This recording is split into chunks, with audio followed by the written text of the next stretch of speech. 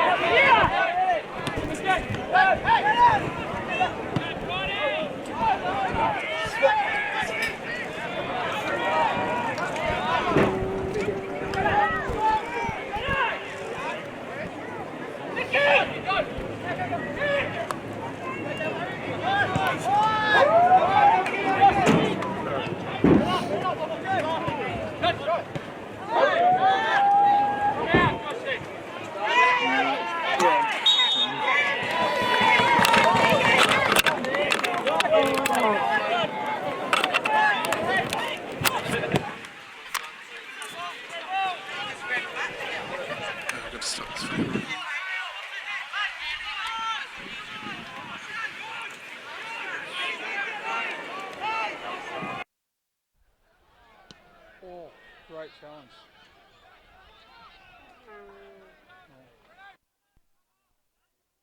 Can you talk into the mics? Is that a reading? Testing 1, 2, 3, testing.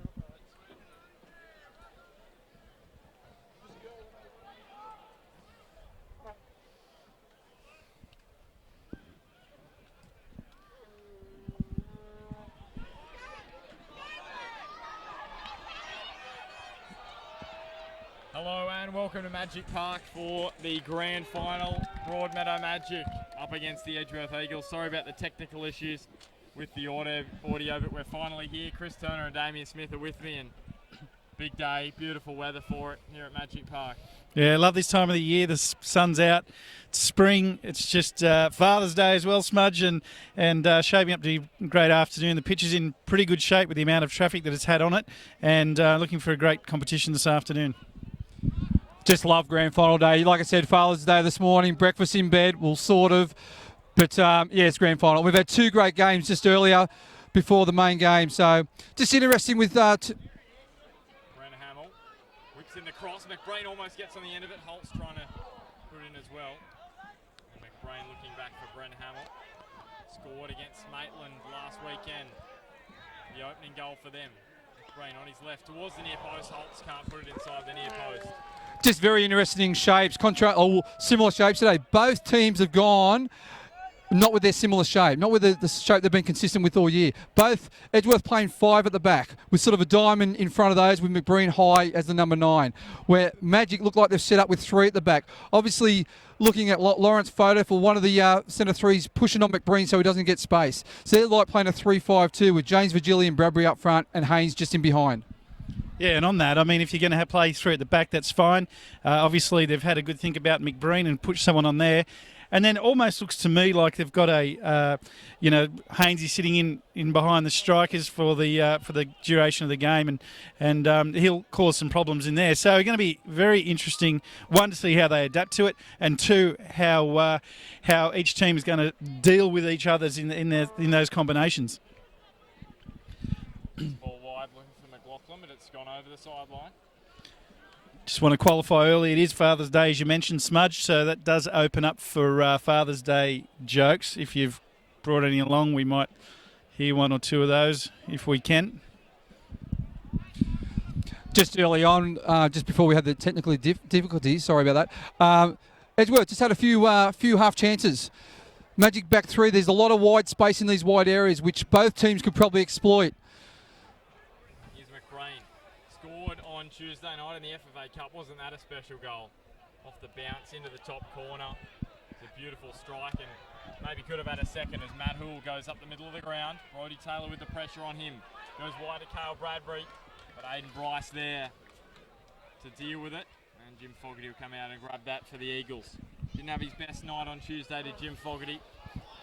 Looking for a big one this afternoon.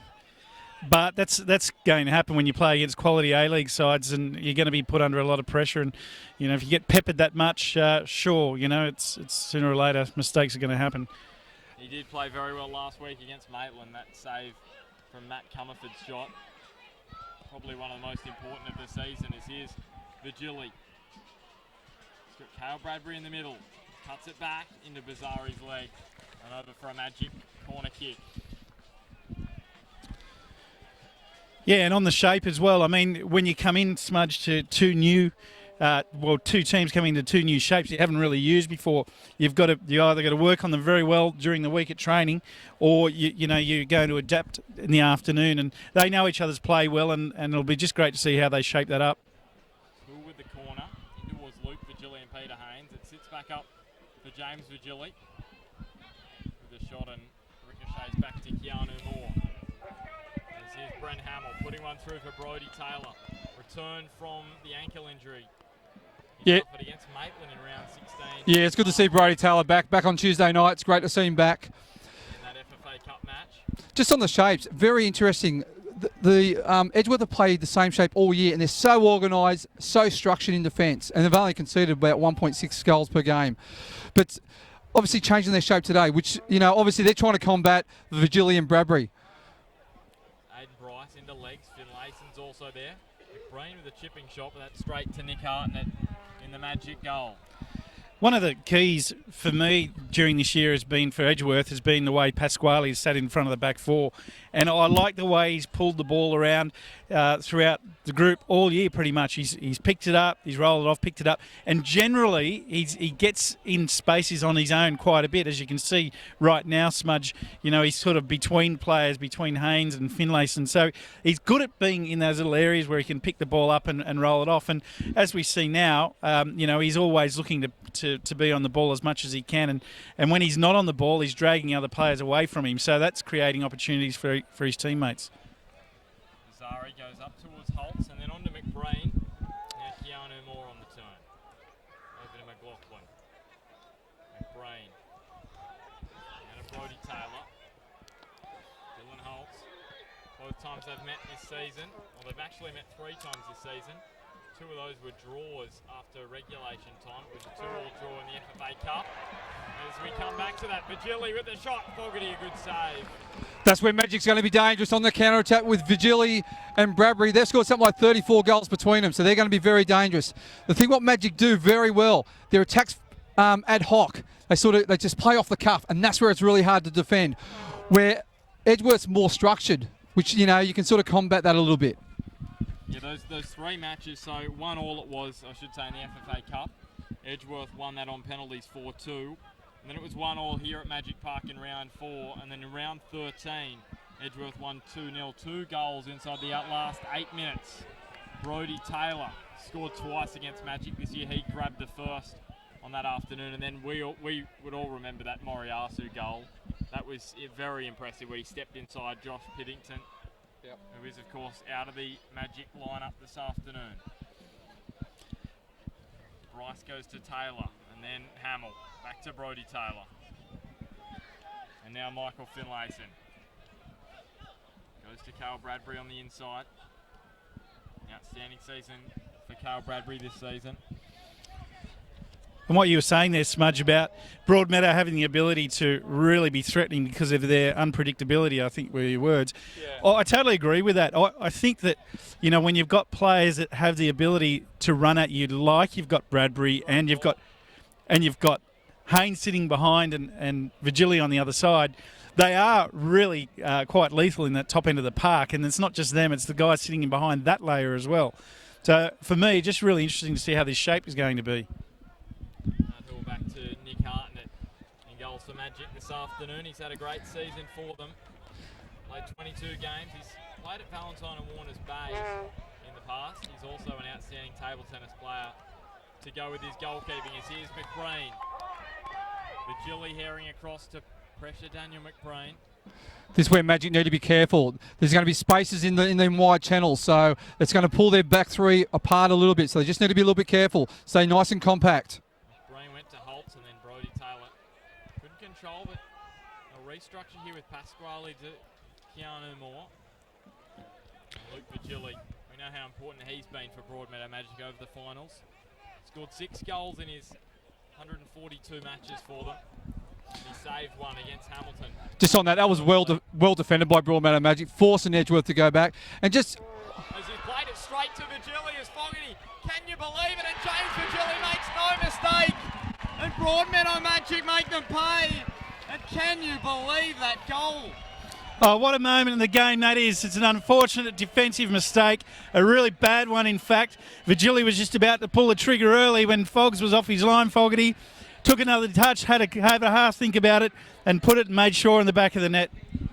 And that's one thing you don't give. You don't give James Vigili one-on-one with the goalkeeper. He will finish it. He scored 17 goals this year. He's lethal in front of goals.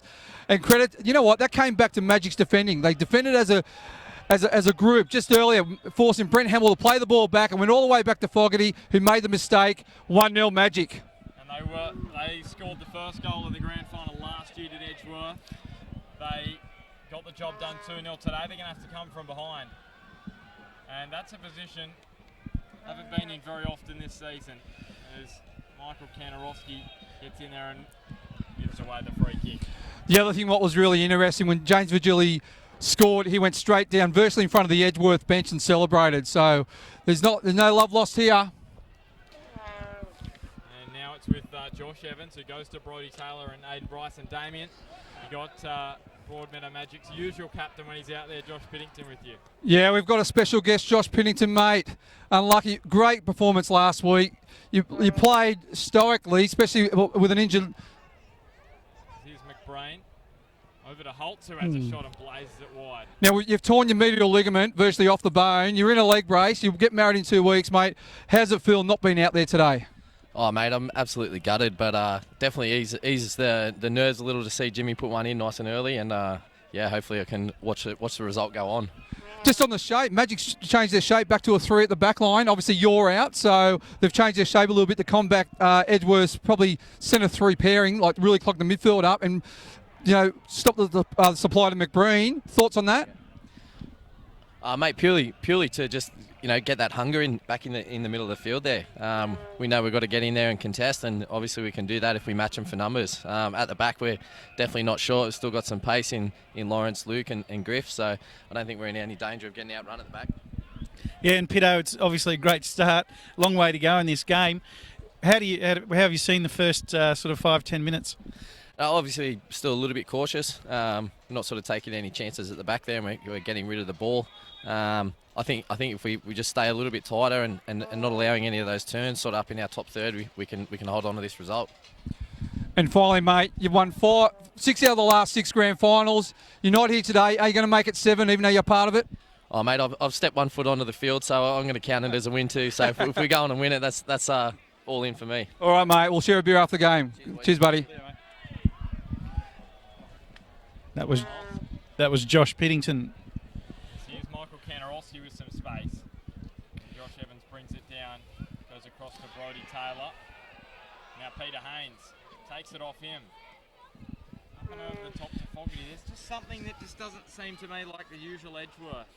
Well, look, we said this morning, we were talking earlier in the 19s game, Bart, that, you know, my question was for Edgeworth, and by the way, it's a long way to go here, but their mental capacity to deal with the number and the workload that they've had over the last month or so, which has been quite big, and especially with that focus against playing against Western Sydney Wanderers, that's a bit of a key for me, and I rang Damien Zane a bit earlier today, and he said, no, they're fine, all good, and expects nothing but what we would expect from them. So, be interesting, but I think mentally, physically, no dramas because they've had since Tuesday, but mentally, a question mark.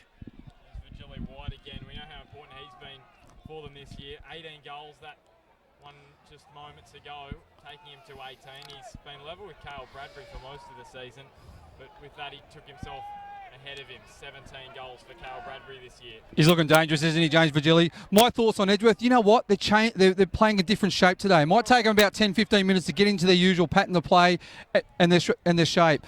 What they've done so well this year, they've been consistent, they've been organised, and they've been structured, and they've virtually played the same way all year, bar changing the centre three pairing, having 1-6-2-10s or a 6 and an 8 and 1-10. And that's where they've been great. Today, their shape, their formation's slightly different.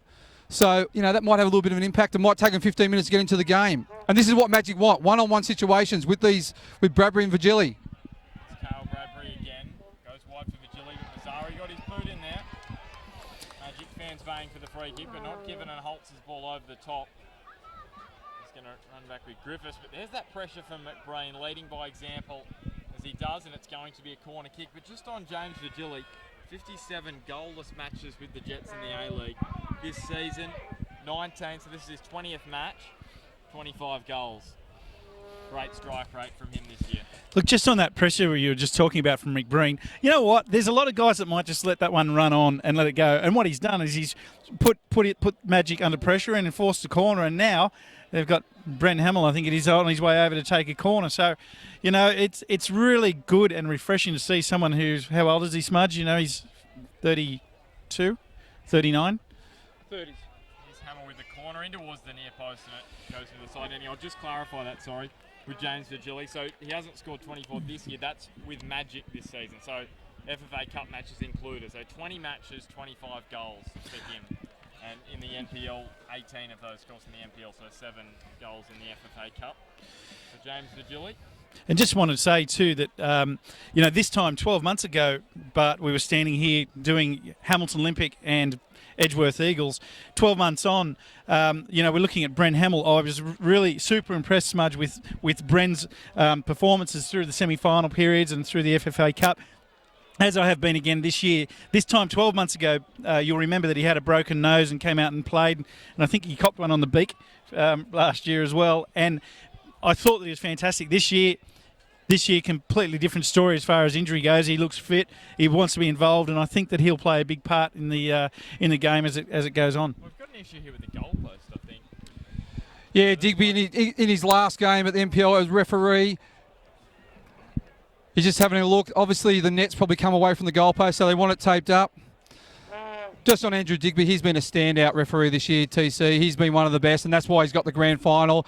This is his last game. So, obviously, he wants to have a good one. Just getting the net tied back up just so we don't get any ghost goals. Balls coming in the side and finding their way in the net. I was talking to a few of the referees from the Referees Association. They've made a few comments about Andrew Digby while we got a chance. He's a 41 years of age. He's got a wife with 2 children. And he obviously wants to, retire from refereeing and focus more on operating his coffee cart business. Yeah, look, he has had a great career, and you know what? He was quick to send me a message earlier in the week saying that he remembers it in a Walls End team that I was playing last on Grand Final day. He was playing in the Under-18s Grand Final. They also said Andrew has long resigned himself to the fact his playing ability would never take him to a Grand Final, which when he decided starting refereeing about almost 12 years ago. So I'm pretty sure this is his second grand final. But he's been a standout referee for over the past 10 or 12 years, Andrew Digby. And congratulations to him on a great career and wish him well in retirement. And he deserves this, doesn't he? Because he has been brilliant this season. Well, one of the interesting things is with Diggers, if we're going to go there for a minute, every game that I've had where he's been a referee, he's come up after the game and asked for constructive criticism. And a lot of referees, well, in fact, I don't know anyone else that's done that. And that's just a sign of him wanting to get better and better, you know. And I think when you do that, especially when you might be a little bit heated as a coach, it's a pretty tough thing to do. And, you know, it's just the commitment that he's shown to his job. And I think that he's done a great job in his career. Holtz and Kanarowski coming to blows there just for a moment. Yeah, there's some feeling in this game. There's no love lost between these two sides. Pasquale getting involved, and now Finlay's in. I think last time these two sides met in a grand final was quite a few years ago. I think I was coaching Broadmeadow and Robert Vigili was coaching Edgeworth, and they beat us in Golden Point. Chris Berlin was the goal scorer, actually. Yeah, it was back in 2003. Edgeworth with the 2-1 victory. And that was extra time, golden goal. So once the goal goes in, game's over. So I remember that very clearly. 15th minute from my research that I did this week that Chris Berlin scored that goal. Former Magic player as well. And Edgeworth. Yeah, back in 03. Just for Adamstown this year. Just quickly, one more for Andrew Digby Diggers. It's great to see on Father's Day. He's got his wife here, Cindy, and his daughter, Caitlin, and he's also let me know that his mum and dad, Lynn and Colin, will be here. So hello to those guys, and you must be very, very proud of him. Up to John Griffiths now. Takes it down the far side of the ground. So Broadmeadow Magic with a 1-0 advantage. James Vigili with a goal after Jim Fogarty had a hash of a clearance at the back, unfortunately for him. You know what? I missed out on lunch today. I would have loved to have a Harry Schnitzel today on the way in, but unfortunately I was here for the 22s for a big game. So like a cheerio out to Harry Schnitzels, one of the best schnitzels in town, or the best schnitzel in town. While we're on that, we love Top Better. Did you have a punt yesterday, Smudge? Yep. The major broadcast partner of all the winter codes on Bar TV this year, Top Better. Great to have them involved as well as Fogarty.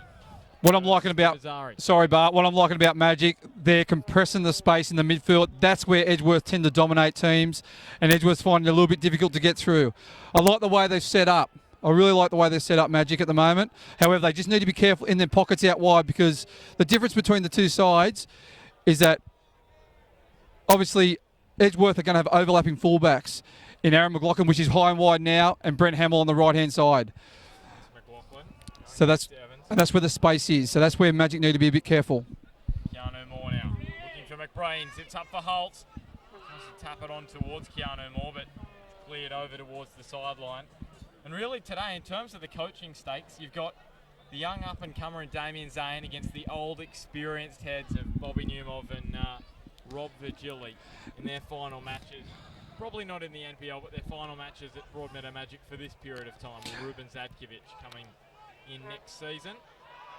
McBrain goes down. Newmov and Chile will be back definitely in the NPL in years to come. Obviously, they're going to have a break after this year. But just on that, yeah, you got the... Well, Damien... Even though he's done a big 2 years in a row, and he won the grand final last year, and he's in the grand final this year.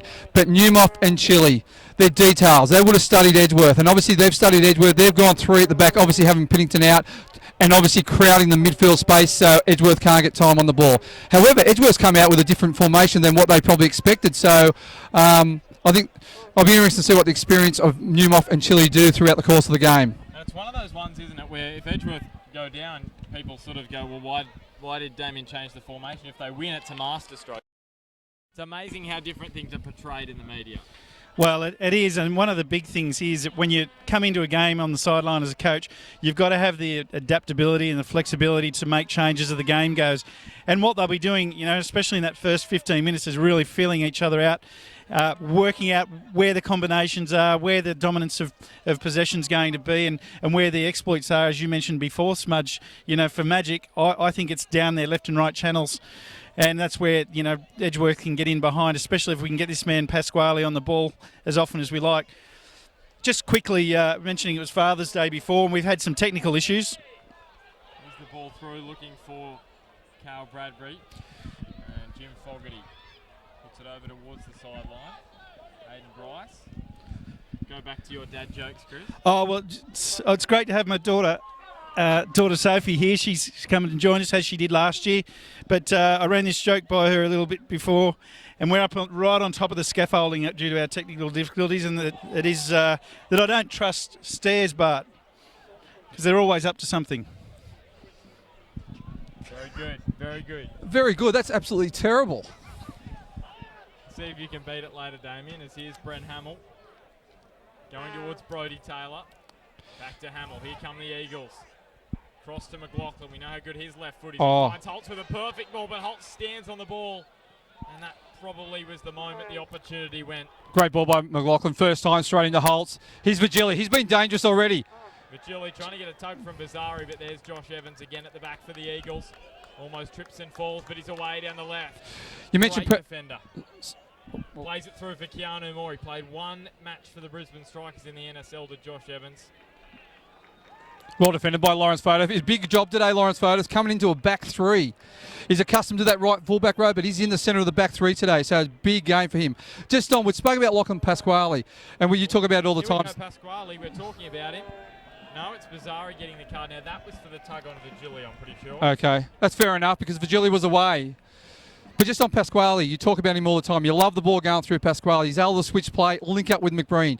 With Magic playing a compact four in the centre of the park, is making it very difficult for Pasquale to get on the ball. Corner from Hamill towards McBreen. It's Daniel McBreen again for Edgeworth, and they level it up.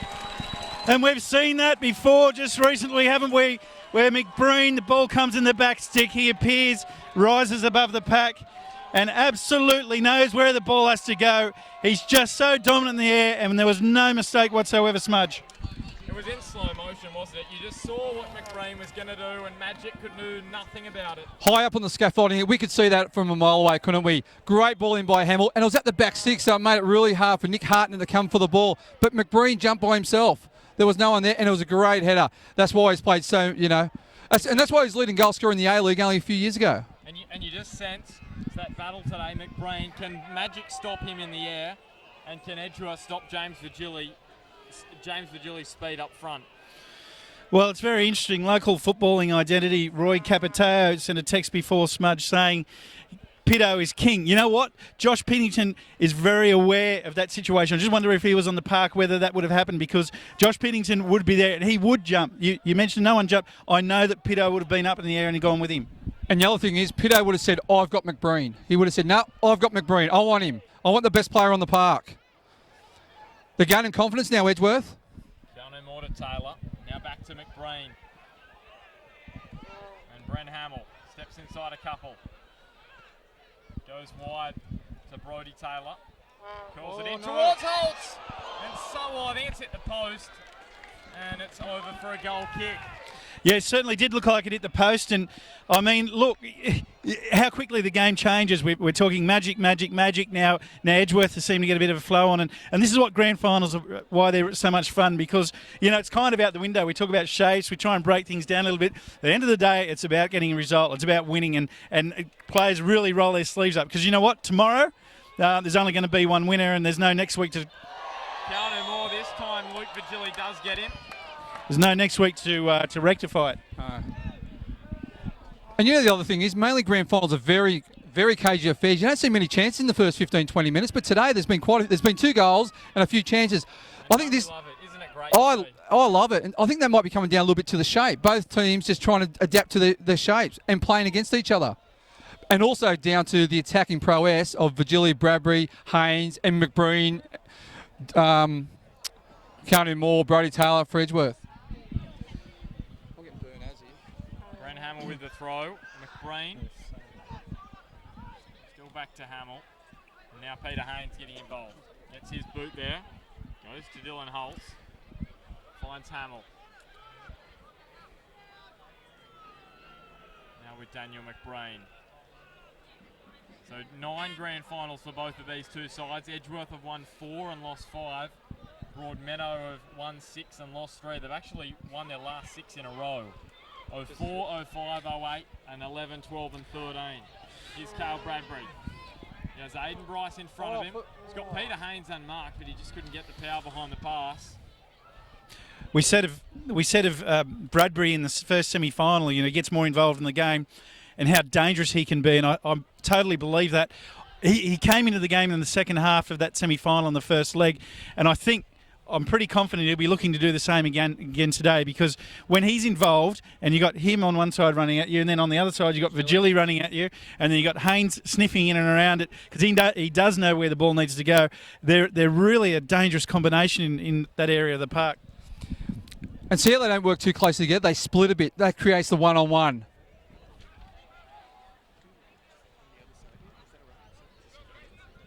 Here's Brent Hamill.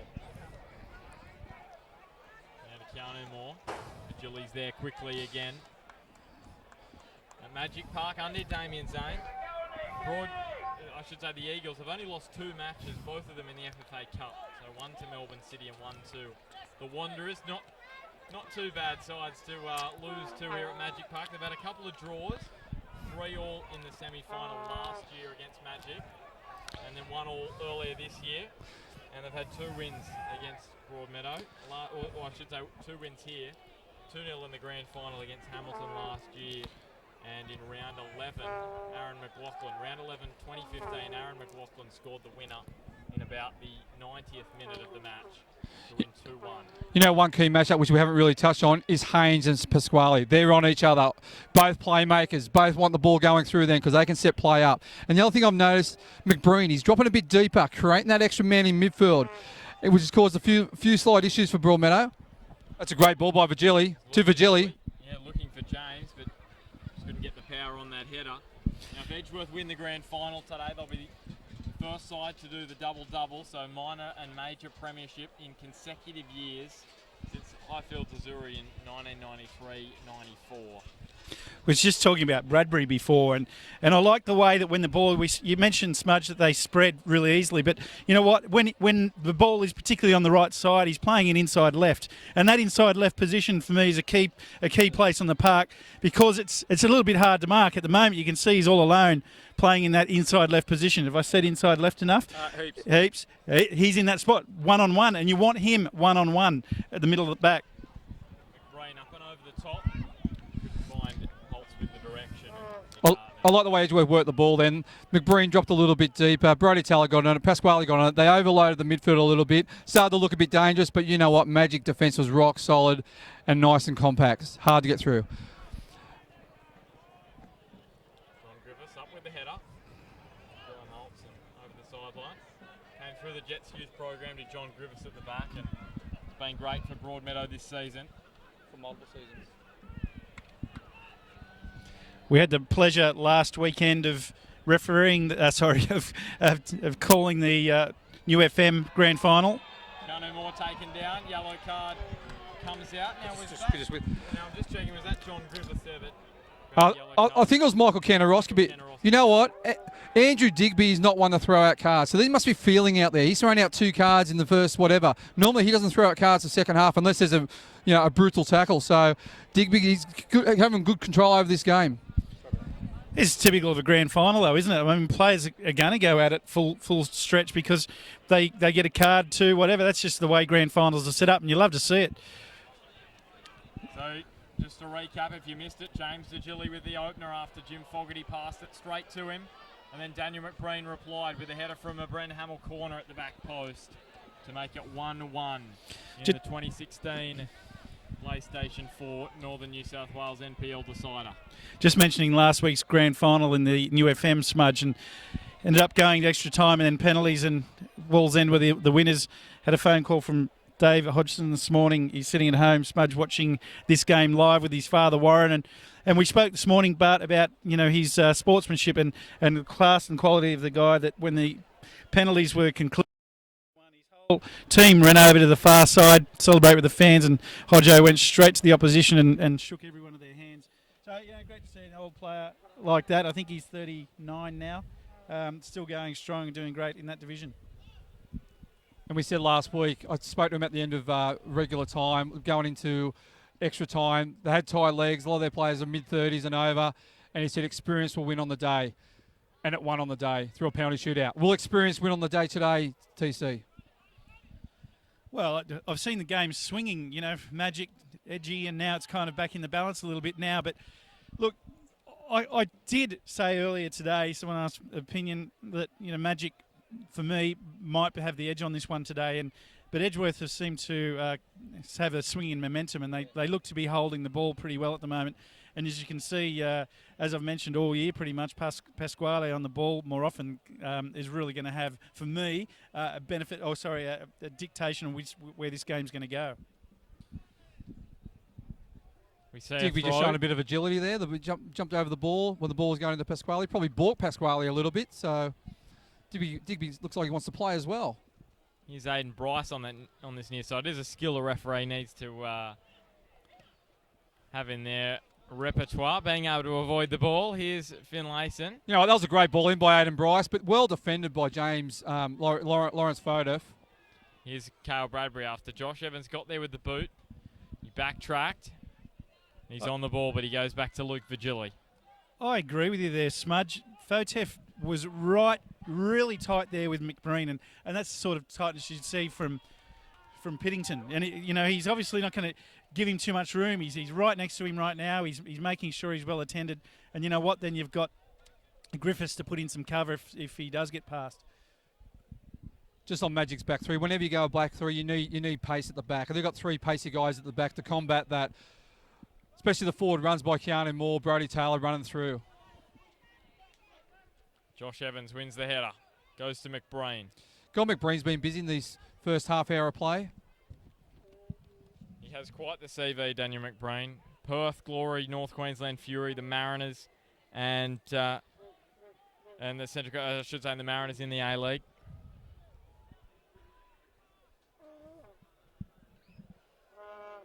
Here's Hoole. Goes to Pasquale.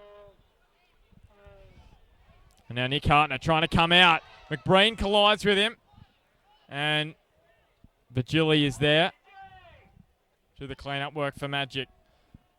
You know what? McBreen's in for a big game today. This is where experience comes in. Magic's got experience in Haynes and a few others out there. But McBreen, 30-something years of age, he's been a menace early on for Magic. Kanarowski tries to put that one through. Josh Evans with the clearance away. Now McBreen with the header through, but Hartnett's out to grab it.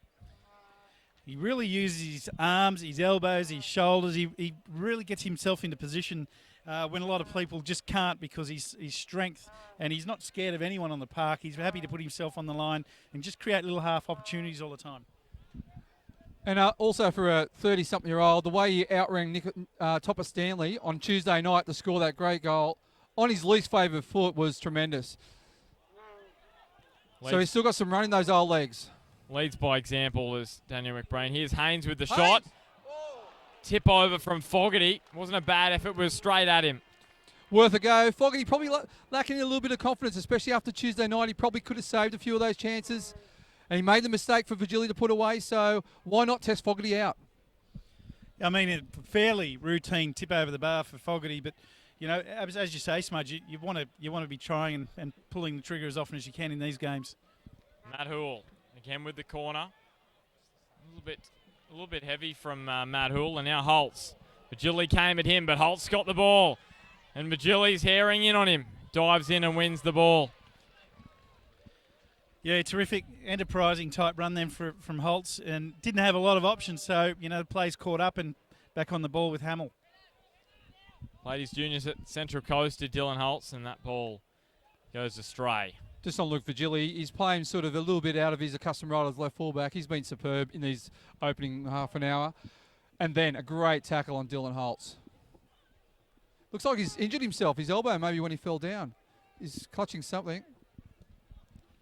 Nick Hartnett goes up the ground towards Peter Haynes. Josh Evans and him contest the ball, and Pasquale goes forward for McBreen. Now Matt Hoole goes down the line for Vigili. The shade of the grandstand on the far side here at Magic Park. Tell you what, Bart, I feel like I'm getting a bit of a tan here up on the top on the scaffold. We had to move due to a few issues with the is a mic and warm- things like that. So it is very warm in the very warm sun. day. And that's what I was about to say. It's going to be interesting to see how the players like McBreen get through the whole 90 minutes because it's quite warm in the sun. The ball forward looking And for Peter Haynes as Finlayson. well. I'm just thinking Paul Shikaway, if he comes on for Peter Haynes again today, as Bobby Newmov appeals for the free kick and gets it after Dylan Holtz took out Vigili. But yeah, Paul Shikaway coming on for Peter Haynes, he could be the trump card for Magic in the second half. Well, we've said, you know, for the times that he's come on, he's really made a difference. It's probably the unpredictability and the energy that he brings into the game. You kind of don't really know what he's going to do. Like with McBreen, for example, extreme opposite, yet he's just... Here's Hoole in towards, it sits up for Bradbury now, steps away from Evans, goes across Fogarty and puts it past the back post. Oh, that was a wonderful opportunity there from Bradbury. He just turned beautifully. Touch was great and snapped and turned and he just slid it past the post smudge. And also Matt Hill, great ball in by Matt Hill. We've seen last week against Olympic, them crosses or the free kicks from Matt Hill have been superb. But Bradbury again, one-on-one situations, he's very dangerous. Hayden Bryce puts it over the top before Cale Bradbury came towards him. And now Hamill. And he tracked this one down inside the line. He's taken down. Digby just says the goal kick will be played. Well, I'm not sure 100% on that one. I'd like to see the replay because he looked like he got a bit of the player there. Smudge, your thoughts? Was it Jaden Barber? I think it was Lawrence Fodev, actually. You know what? It was a tough one. In saying that, Edgeworth didn't really appeal too much. But, I'll love to see the replay on that. That would have been a tough one. Here's Peter Haynes now. Nice touch by Hainsey. Yeah, we were mentioning... Sideline. Sorry, Bart, mentioning Shikawe before and the example of polar opposites. See the yellow card come out this time now for John Griffiths. And McBreen, you know, he's very workmanlike. He's like a tradesman, isn't he, Smudge, where he's just making great runs all the time, holds the ball well, he's got his back to goals well, talk about his shoulders, his elbows, he's just like the full package. But Shikawe, you don't know what he's going to do, and he could. He can just create something from nothing that's completely out of the ordinary. Bazari with the header forward, and Hoole finds Vigili, who looks for Peter Haynes. He's got Cale Bradbury with him, but that won't get over the top of Aiden Bryce. His header's as far as Finlayson, who turns and looks for Jaden Barber, but it's intercepted by Hamill on this right-hand side. Takes on Finlayson and gets around him. He's got him for speed, Hamill. But then 2 and 3 Magic players come across, so he chips it forward towards McBreen. Clearance from Fotev, straight back to Hamill, who has a shot, and it fizzes over the bar. Brent Hamill showed pace, changed the pace to get past Finlayson. That was great play by Hamill. And you know what? He kept himself in the game as well. He picked the scraps, and great strike on goal. He had a heavy shoulder off the ball from Finlayson, didn't let that worry him, went past it and beyond it, and didn't he absolutely drill that? That had some venom and a bit more attached to it, that shot from Brent Hamill, and I think Nick Hartnett's happy it went over. Oh, he's absolutely hammered it. Here's Luke Vigili. That would have gone down as one of the goals of the season had that found its way in. As Kanarowski goes to Haynes. Wide to Hoole. Sorry, I'd like to see Peter Haynes a bit more on the ball in this middle of the park because he can really spread the play, especially for Bradbury and Vigili. I know it's really congested in the middle of the park. The way the two teams are playing, it's extremely congested, so it's a little bit harder for him to find some space to get on the ball. However, I loved him just drop a little bit deeper into those pockets. There's Barber going to Finlayson. And I think it might trickle over the goal line. And Aiden Bryce does do a good job of shepherding it over. And what we have seen, which we've noticed this game before, where Haynes and Pasquale have matched up, you know, how much room Pasquale has got and whether Peter Haynes wants to go and pick him up or not. And, you know, we've got our back four in Edgeworth with Pasquale sitting in front. Here's Holtz up and over the top for Keanu Moore. And he step inside. Vigili hits it on his left and he puts it wide now. So it was Cale Bradbury a minute ago down the other end with his left foot putting it wide, and Keanu Moore does a similar thing there. Yeah, look, we've had some great opportunities in the grand final in the first half, Smudge, where this one's just shaded the post as well. And you know what? Bradbury at the other end, got that chance just now. Could be, for sure, there's some goals in this afternoon. Here's McLaughlin. Set up for him perfectly on his left foot. There's McBreen again. Hartnett came and didn't get the ball. And Bazari tracks it down inside the sideline. And turns inside Vigili.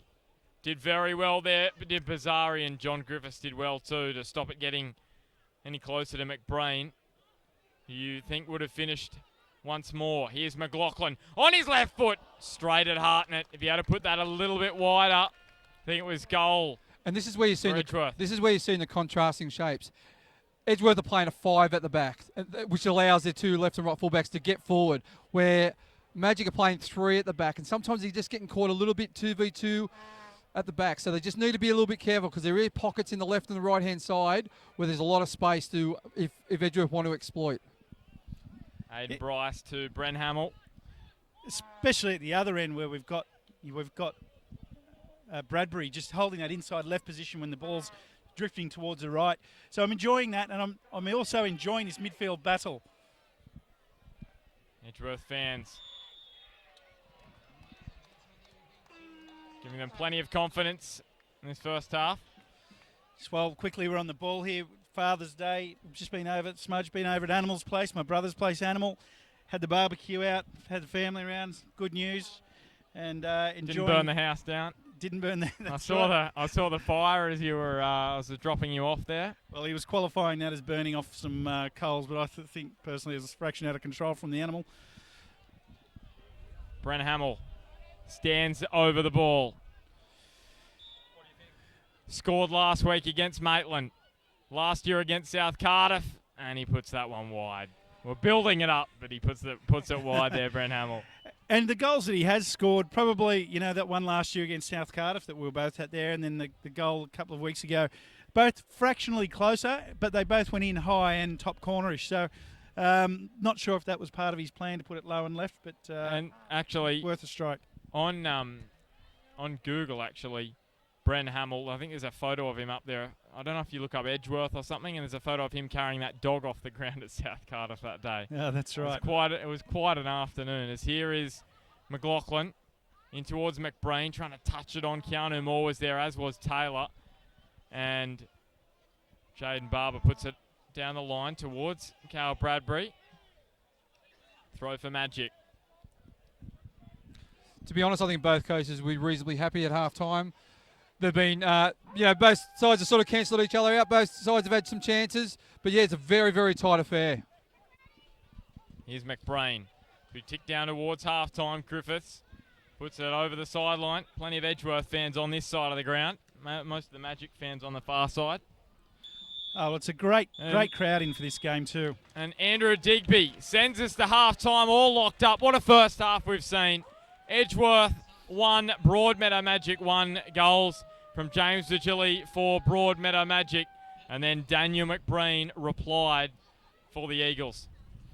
Yeah, wonderful first half, and we've seen some great opportunities from both ends of the park, and both teams will be going in feeling like probably okay. It's fair enough. It's what it should be. I think, Smudge, what we've seen here is we've seen a really good battle in the middle of the park.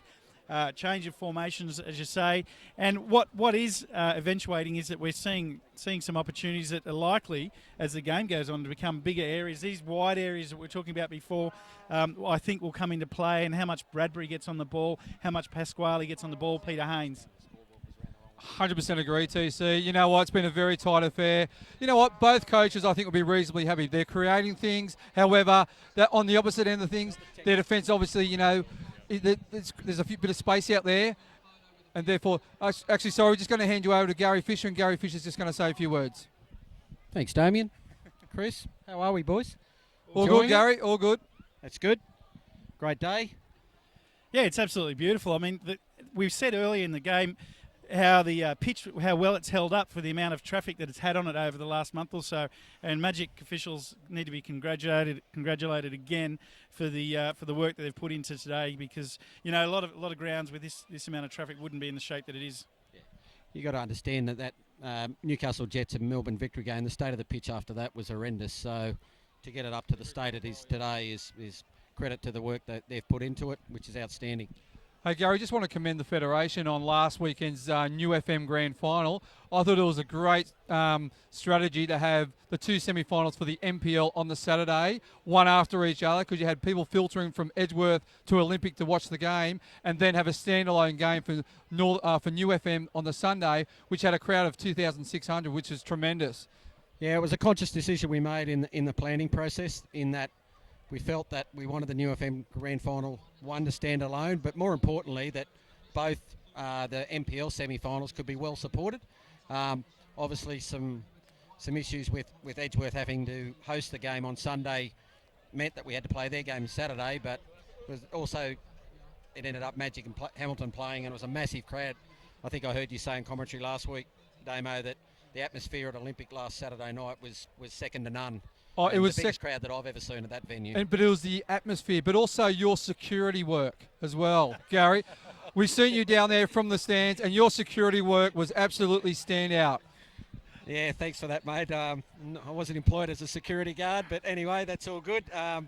The passionate supporters of both Olympic and Magic just had a bit of a difference of opinion. So, but that's passion and that's football. So, yeah. So just quickly, guys, all I wanted to come up and say was I'd just like to personally thank, on behalf of Northern and myself in my role at Northern, the efforts of Bar TV today. And not only today, but throughout this whole season. The coverage this year is second to none. Obviously culminating in your first live call of a grand final today. But firstly to Ben, whose commentary is outstanding. His research is phenomenal. He knows things about players that they don't even know about themselves. So that's outstanding. And for you two Muppets, you provide a great foil for each other in the commentary. You bounce off each other very well, and again, it's a credit to you guys and your knowledge of the game, and obviously knowledge of the players and the clubs, that I think the ratings for Bar TV this year are second to none. So, and to the people in the background, Josh and Brendan, outstanding, and we're looking forward to renewing our partnership into the future. Yeah, it's been good fun. Thanks for those words. Smudge and I, sort of feel like we're the wingmen behind the whole operation, and young Ben's done a fantastic job this year, as he did last year. I think for us, Smudge, probably best way to sum it is we're just having a good time, Gary. So if you're having a good time, then there could be worse things doing on a Sunday afternoon. Exactly right, CT. And the thing is, it's like two mates just sitting in the pub having a beer, having a chat about the game. That's what we sort of do. We're not here to critique it too much, but we've been in the game. We've coached a lot of these players. We've coached first grade. We know what happens. We know all the hard work, what the coaches do and the players do. And you know what? To be honest, it's just been great to be part of it. And working with Ben, Bart Homer, he's tremendous. We call him the John Laws of Australian TV. Dulcet tones of Ben Homer, the golden tonsils of Bar TV. So, thanks again for everyone. Enjoy the rest of the grand final. It's looking like it's going to be an absolute cracker. And we'll catch you all next season. Cheers. Yeah, just before we go to the break, we won't have much time for a break, but I just want to say thanks to everyone that's been sending me text messages about my audio level. So hopefully that's all sorted now, and we'll be right for the second half. Sorry about the first half. We've had some technical issues, but hopefully the second half, that's when it really matters, the second half. So we'll be right. So half-time here at Magic Park, it's Broadmeadow Magic 1, Edgeworth Eagles 1.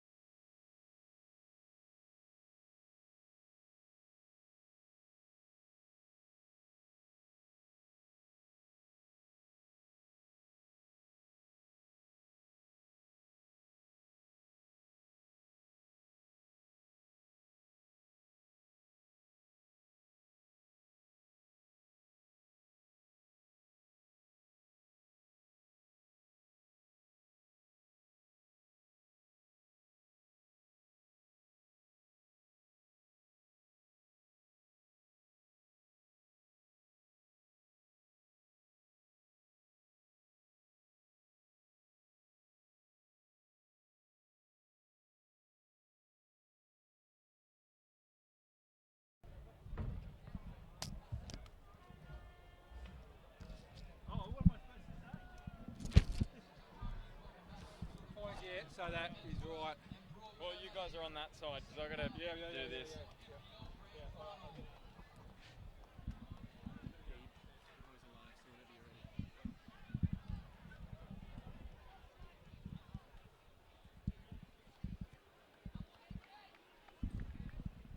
Hello and welcome back to Magic Park for the second half of the grand final. Edgeworth and Broadmeadow Magic locked up at 1 apiece. After 45 minutes, Andrew Digby. I think we've got a flattish ball, so Andrew Digby just getting the one that's been pumped up a little bit more. Digby's loving the limelight today. With a flattish ball, we've got the net undone, we have to tape it up, so he's loving the limelight in his last game. Isn't he ever? So he's holding the play up a little bit now as well, just absolutely milking it. As I said, he's got his parents here, his wife and his daughter as well. So big afternoon here for Diggers. Just while we've got a quick break in play, just want to say a quick shout out to my mate from Scotland, Jackie. Jack's just returned from Scotland, had to return home after Smudge. He had a tragic incident where his mother was robbed and his sister was assaulted by thieves. So, yeah, true story. So, a big shout out to Jack, and hope it's all right. He's watching at home on Bar TV, Bart. Great to have him watching, and here we go. Second half underway. The final 45 minutes of season 2016 of the PlayStation 4 NPL Northern New South Wales on Bar TV. And Josh Evans pilots one up and over the top looking for Keanu Moore, who nods it on towards McBrain and Luke Vigili, as he has done all season. Knocks it up the line. Just looking at their initial shapes, Bart, looks like they've come out exactly the same as the first half. Oh, here's Carl Bradbury. Looks like Shane Paul's on, actually. Just checking. Yep. Shane Paul has come onto the ground, the number 12. Wasn't any talk of substitutions by the ground announcer. So what they've done, they've thrown Jaden Barber back where Lawrence Fodef was, and they've brought on Shane Paul, who missed the 2 semi-final games due to personal commitments. So an Magic attacking move from Magic have made a change. Here's McBrain. Look at that head from him, just the direction he gets on it and playing it through towards McLaughlin, but Matt Hoole was there. One of the goals of the season from him this season. Part of that, Ben, is due to his haircut as well. It's got a nice slick comb over, so the hair never in his eye, so he can always see the ball. Here's Brad Hamill. Not short of a bit of product, do you think? If Edgeworth win this grand final, I think it would go down as, one of the greatest wins in terms of how much they've been through this season. They've been through a lot this season. Well, they have, but you've also got to remember that they're playing top-end football, and if you're making reference to FFA Cup games, they've had a couple, one, at least 2 extra than everyone else. There's Holtz slicing one over. But that won't be an excuse for Damien Zane at all. No, and not at all. When I spoke to him earlier today, he said, no, we're fine. Physically, we're fine. Mentally, we're fine. We're good to go. You know what? You could probably train 3 times in the week leading up to a grand final. But what they've done is they've had the best training of all, playing against Western Sydney Wanderers. And what better way to do is to test yourself against potentially one of the best teams in the country, Smudge. 100% agree. You'd prefer to play games and train.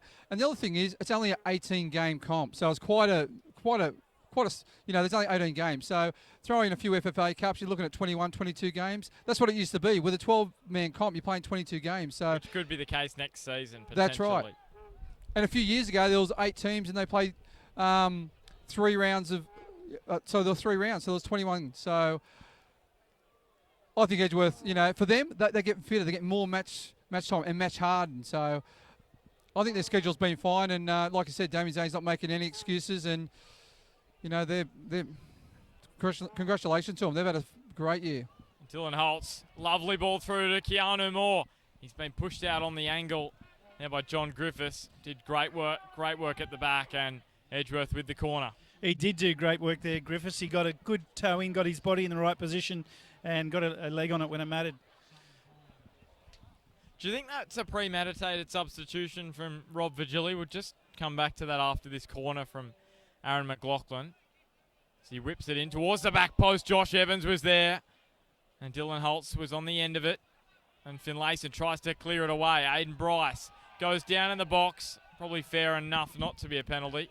Josh Evans, if he had his time again, he probably would have put that one away. He was free in the box and he just mistimed his volley. Yeah, Damien, do you think that Shane Paul substitution was premeditated from Rob Vigili? Do you think that was one of his thoughts going to the game. We know Shane Paul's missed the last two. Well, you know Shane Paul, he's probably been their most consistent player all year and been one of their best for sure. And you know what? If any coach had an opportunity, you'd start Shane Paul. It could have been a ploy, but, you know, Shano hasn't played for a few weeks, so he's going to be a little bit underdone as well. So Lawrence Photo might have picked up a knock. I thought Lawrence had a fair first half. I thought he was quite good. He made some good, solid challenges in not a, like, it was a dissimilar position he's been playing in, like in a back three, normally a right fullback. So I thought he'd done quite well. So Vigili with a touch to no one there, and Josh Evans flies onto the ball, but passes it straight to Kanarowski. Goes wide to Cal Bradbury. He's got Aiden Bryce inside him. Bradbury takes him on. Gets onto his left foot. Still turning Bradbury. And it'll go over for a corner kick for Broadmeadow. And just quickly, I think Fodef did a great job in marking McBreen. He stayed very, very tight. Obviously, that was the instruction. And thought that he made sure that he was in right positions at the right time so that it limited the amount of ball that McBreen could pick up, you know, unhindered or without being bothered too much. So it's always painful when you've got someone, you know, right there on your tail marking you that closely. And no one will forget that goal Shane Pauls did score. the sun's in pocket his eyes here. As it's whipped in. Finlayson with the header towards the back post. Lucky to get away with that one there, Edgeworth. But that goal, 4-1, the grand final win in 2012 to Broadmeadow over Hamilton Olympic. And Shane Paul scored a goal right on half-time. Damien, you probably remember that. Oh, of course. You know what? That was a great day. Nothing beats winning a grand final, but especially beating over your crosstown rivals. Olympic was a great day for us. And Olympic were favourites going into it. And Shane Paul was absolutely superb that day. So, but in saying that, Edgeworth have got some great attacking bench in Aidan Gardner. What a bench. It is just probably, well, along with Broadmeadow and Hamilton, one of the best benches in the competition that Edgeworth have got. Yeah, well, they're full squads, aren't they? They're a squad of 16. So does Damien Zane know his best 11? Probably unsure. He chops and changes all the time. And, you know, every player who comes out, they produce the goods. And Kigo Moriasu, he's still on the bench, so that's exciting to see. He will come on a little bit later on. It's Bren Hamill towards the back post. Here's Evans again. Inside the near post once again. He's won that ball. That's twice now Josh Evans has had a chance, and Magic just not tracking him. What they have to do there, McBreen was brilliant there. What he did, the Magic defender, he just leaned on the Magic defender, took him away from Josh Evans, allowed Josh Evans a free header. So that's the experience of McBreen. And Magic, 25 of 41 of their last 41 goals have come in the first half. Make that 26 of 42 after James Vigili scored early on. So they love scoring early, but the interesting stat is that they've scored their last 5 in the second half. All their goals against Hamilton in the semi-finals all came in the second half of matches. 4 of those in the final 15, which Edgeworth have been brewing at as well this season. It's Finlayson into Evans. And Digby doesn't blow the handball. I thought it was probably a handball. Damien Smith thought it was a handball. Yeah, it's one of those difficult ones, isn't it? Because when you get the ball kicked into you like that, your hands are down, you haven't raised too much. I'd like to see the replay, but it didn't look to me like he made any attempt at it. I thought his hand was away from his body, quite stretched away. So, yeah, I thought it probably should have been the free kick. And he was right borderline on the 18-yard box, just about in. I thought it would have been a free kick. As Griffiths now gets the free kick given against him for a handball, which is pretty similar. Yeah, that one was for sure. There's no doubt in that. Pasquale gets it. Oh, I thought he was going to get away early there. Just on Digby. Digby also won his district primary school under 8s 50-metre backstroke. That's one of his greatest sporting achievements, I've been told. Are you serious, Smudge? Here's Brody Taylor, referee Andrew Digby. While we're on that, we mentioned he's a father. Happy Father's Day to all. It's great to have my daughter Sophie here in the commentary box with us. When we went on holidays a few years ago, Sophie either came off a push bike often or her bike fell over, and she wanted to know why that was the case. And as a dad, I said to her, it's probably because your bike was too tired. Are you happy with that part? Mate, I've been listening to these all day. They're getting worse and worse and worse. Brent Hammer with the header on and over. We were warned about it last week, I think, in the semi-finals. You know what? We're talking about Father's Day. There's nothing better having breakfast in bed. Well, I actually didn't, but I had breakfast at the in-laws' place. But that was nice. Cooked for me and coming out to the soccer on a beautiful sunny day and a fabulous match. It's normally Father's Day, this grand final. This grand final is played on Father's Day normally every year, the first Sunday in September. It's Keanu Moore getting in there and over the sideline for an Edgeworth throw. Strange to see them wearing red at Magic Park. It is a bit odd. You're so used to seeing Magic in their home kit, but in the white today, this afternoon. As Aiden Bryce gets up for the header. Pasquale up and over the top for Holtz. Very compact at the moment, so Aaron McLaughlin brings it wide, and Holtz tries to steamroll Griffiths. And the free kick given to Edgeworth. And some might say that was a little bit soft. He was kind of bumbling forward. He's kind of a little bit off balance. We've got a card coming out here for Finlayson. Now, I think this was for a challenge back on halfway. Andrew Digby pointing towards that area. And just quickly, this one's right in range for Hamill. He's certainly shaping like he's going to have a shot. Nick Hartnett's sizing his wall up, getting it prepared and organised. And this one has been in similar positions where he scored in the past, as we mentioned before, high and top corner. So if he's going to go right or left, probably on the left if history's to go by. Now, he won the grand final last year. He was part of the side that beat Hamilton.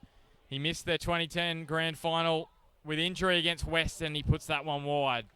Going back to what you said before, how very congested and tight it is in the middle of the park. It's due to their shape. They're playing like 3 to 4 players in the middle of the park, both teams. So it's very tight. For one team to get on top, they need to spread it out, get the width, open up the defence, spread the attack. That's how one team will get on top. Don Bazzari gives away the free kick there for a high foot, and he got Pasquale maybe in the side of the knee, I think, here. Well, Edgeworth won't want him to go off because Pasquale has been sitting back in front of that front four. He looks like he might be able to run this one off, but where if they can get their right and left fullback into the wide areas, that's where it's going to expose Magic. So they don't want him off the park because he's their main distributor out of the back line. Here's Hoole in towards Michael Kanarowski. Headed clear, Vigili trying to knot it on, but Aiden Bryce with the header away.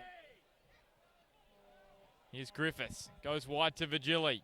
Got some speed and space out there, but slices that one wide.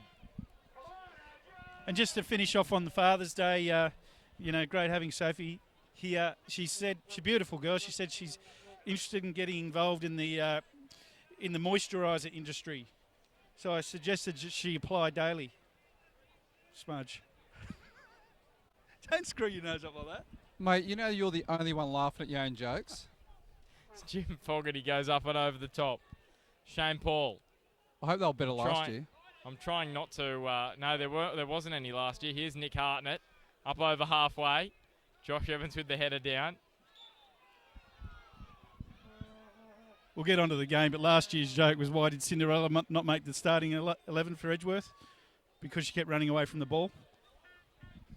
Matt Hoole down the line for Vigili now.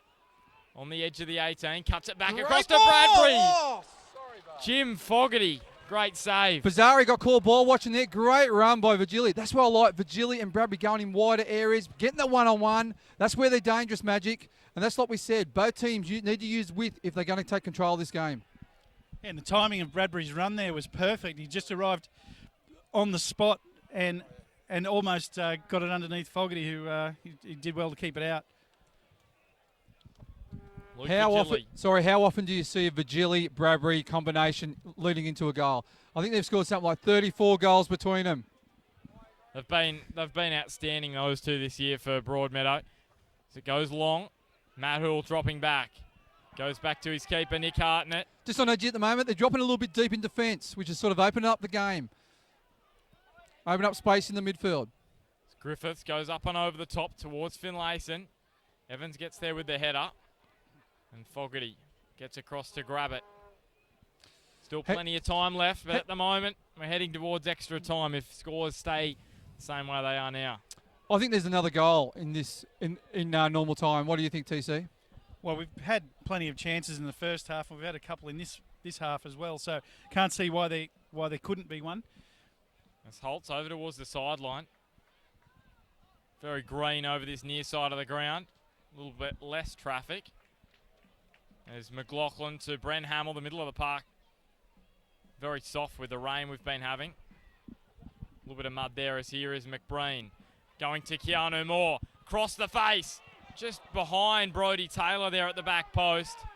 Cleared away. McBreen tries to put it back in, but that's straight to Nick Hartnett. And a little bit of panic in the back line there from Magic. Just the ball hoofed out of the way. And great touch from McBreen. Like, just good awareness to slide the ball in behind.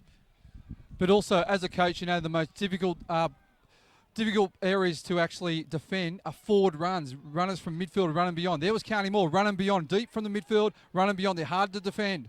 Peter Haynes, he gets away from Pasquale. Won that battle. And then he puts his shot wide. That one's not troubled Fogarty at all. Like to see, you know, as the game gets a little bit more mature, that these wide areas that McLaughlin and also Hamill are in, how that's going to be, you know, combating with those runs you're talking about, Smudge. I mean, if we can get those guys into the game, you know, particularly Pasquale again, he's run off that niggle that he's had. If we get those guys in those wide areas, it's really key for Edgeworth. Kanarowski with the header towards Shane Paul. How much of an impact can he have on this second half? He puts it over the top towards Cale Bradbury. He'll be fresh, Shane Paul, no doubt about that. Bradbury in towards Finlayson. Now Peter Haynes. Does he pull the trigger? Great challenge by McLaughlin. He just picked it off his foot, didn't he? Haynes was set up for that and just picked it off his foot. Griffiths now to Jaden Barber. He goes to Shane Paul. And he passed that one to Damien Zane, did Shane Paul? Yeah, he just didn't see the player overrun it. It just happens from time to time. As Brent Hamill goes back to Aiden Bryce. As part of the PS4 ones to watch with Edgeworth, did an interview with Adam Peacock earlier in the season, which was put up this week. Great to see him part of that little competition as well. It's a big stage for Nick Hartnett today. He's coming into the grand final. Would have been very well prepared. He's got some great coaching with Clint Gosling. And so far, so good for Nick. Peter Haynes goes wide to Hoole. Vigili. Still James Vigili back to Hoole. That was well defended by Edgeworth. They got man up, 2 men on Vigili just then. Just making sure he couldn't run beyond. That's well done. Blocking the pass on the inside. Yeah, with the throw. I agree, Smudge. What happens there is that when players are running at you, if you get Vigili running at you at speed, like he's trying to do now, very hard to defend against, isn't it? But if you can slow them up, get them slow, so they're almost standing still, he had to cut inside, and it makes it more difficult for them to attack. Job's a lot easier for Edgeworth in that state. Hoole putting it through towards Vigili, and then Josh Evans put his left boot through it. Great ball in by Matt Hoole. Unfortunately for Bradbury, made a great little run, hoping to get a 1-2 off Vigili. Unlucky for Magic there. In saying that, it was also well defended for Edgeworth as well. They were rock solid at the back and defended it really well. Plenty of Magic fans over there behind the Edgeworth dugout, and Brodie Taylor making way. Aidan Gardner is going to come on for Edgeworth.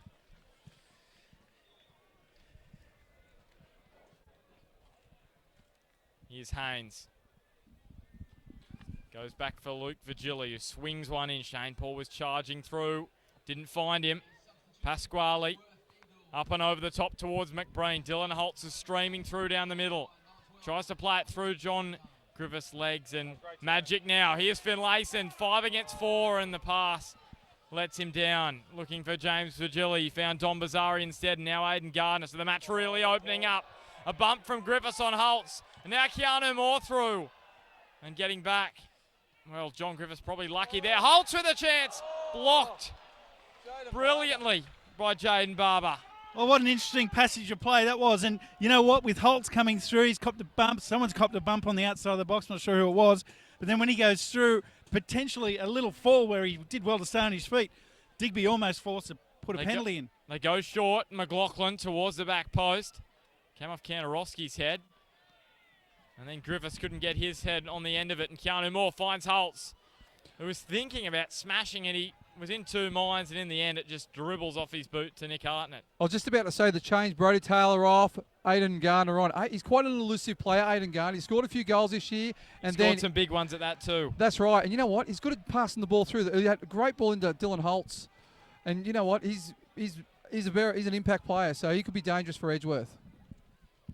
So we're into the final moments of the season here on Bar TV, the PS4 NPL Northern New South Wales Grand Final.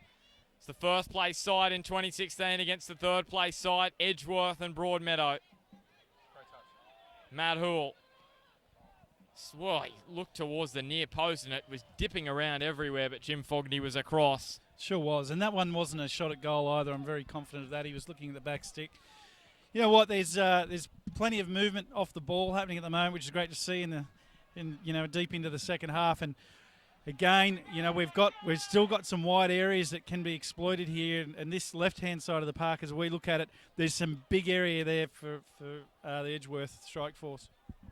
Keanu Moore down towards the corner. That was well defended by Jaden Barber. Well fielded. And you know what? He's the one who put his body on the line just before.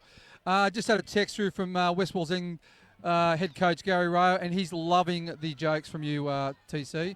He reckons they're hilarious. So at least someone's I think they're very them. poor, but he reckons they're hilarious. At least one person likes them. Well, Sophie's over there shaking her head, and that's why I love you, Rowie. One will do me. Over the sideline, so a magic throw. Okay, TC, you're on the bench. What do you do either side? For Edgeworth, to be honest, I'd be sending in some instruction to get our left and right fullbacks wider and get them the ball as often as they can. That's one thing. In terms of the bench, I'd bring on Moriyasu pretty soon. In fact, I probably would have started him, Smudge, but if you could get him in the game, because we know when he comes on, he can change the game, and we've seen that before where he has come on and changed the game. And even last week where he was on for like 2 minutes and scored. Josh Evans over the top towards Keanu Moore. Just under 25 minutes to go in the grand final 2016. McLaughlin on his left.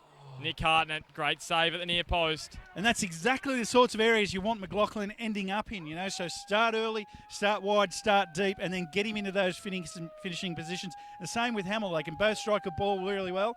They can both know where the goals are, and they can both cross. So that's where I think the key is for Edgeworth. And your thoughts for Magic, Smudge?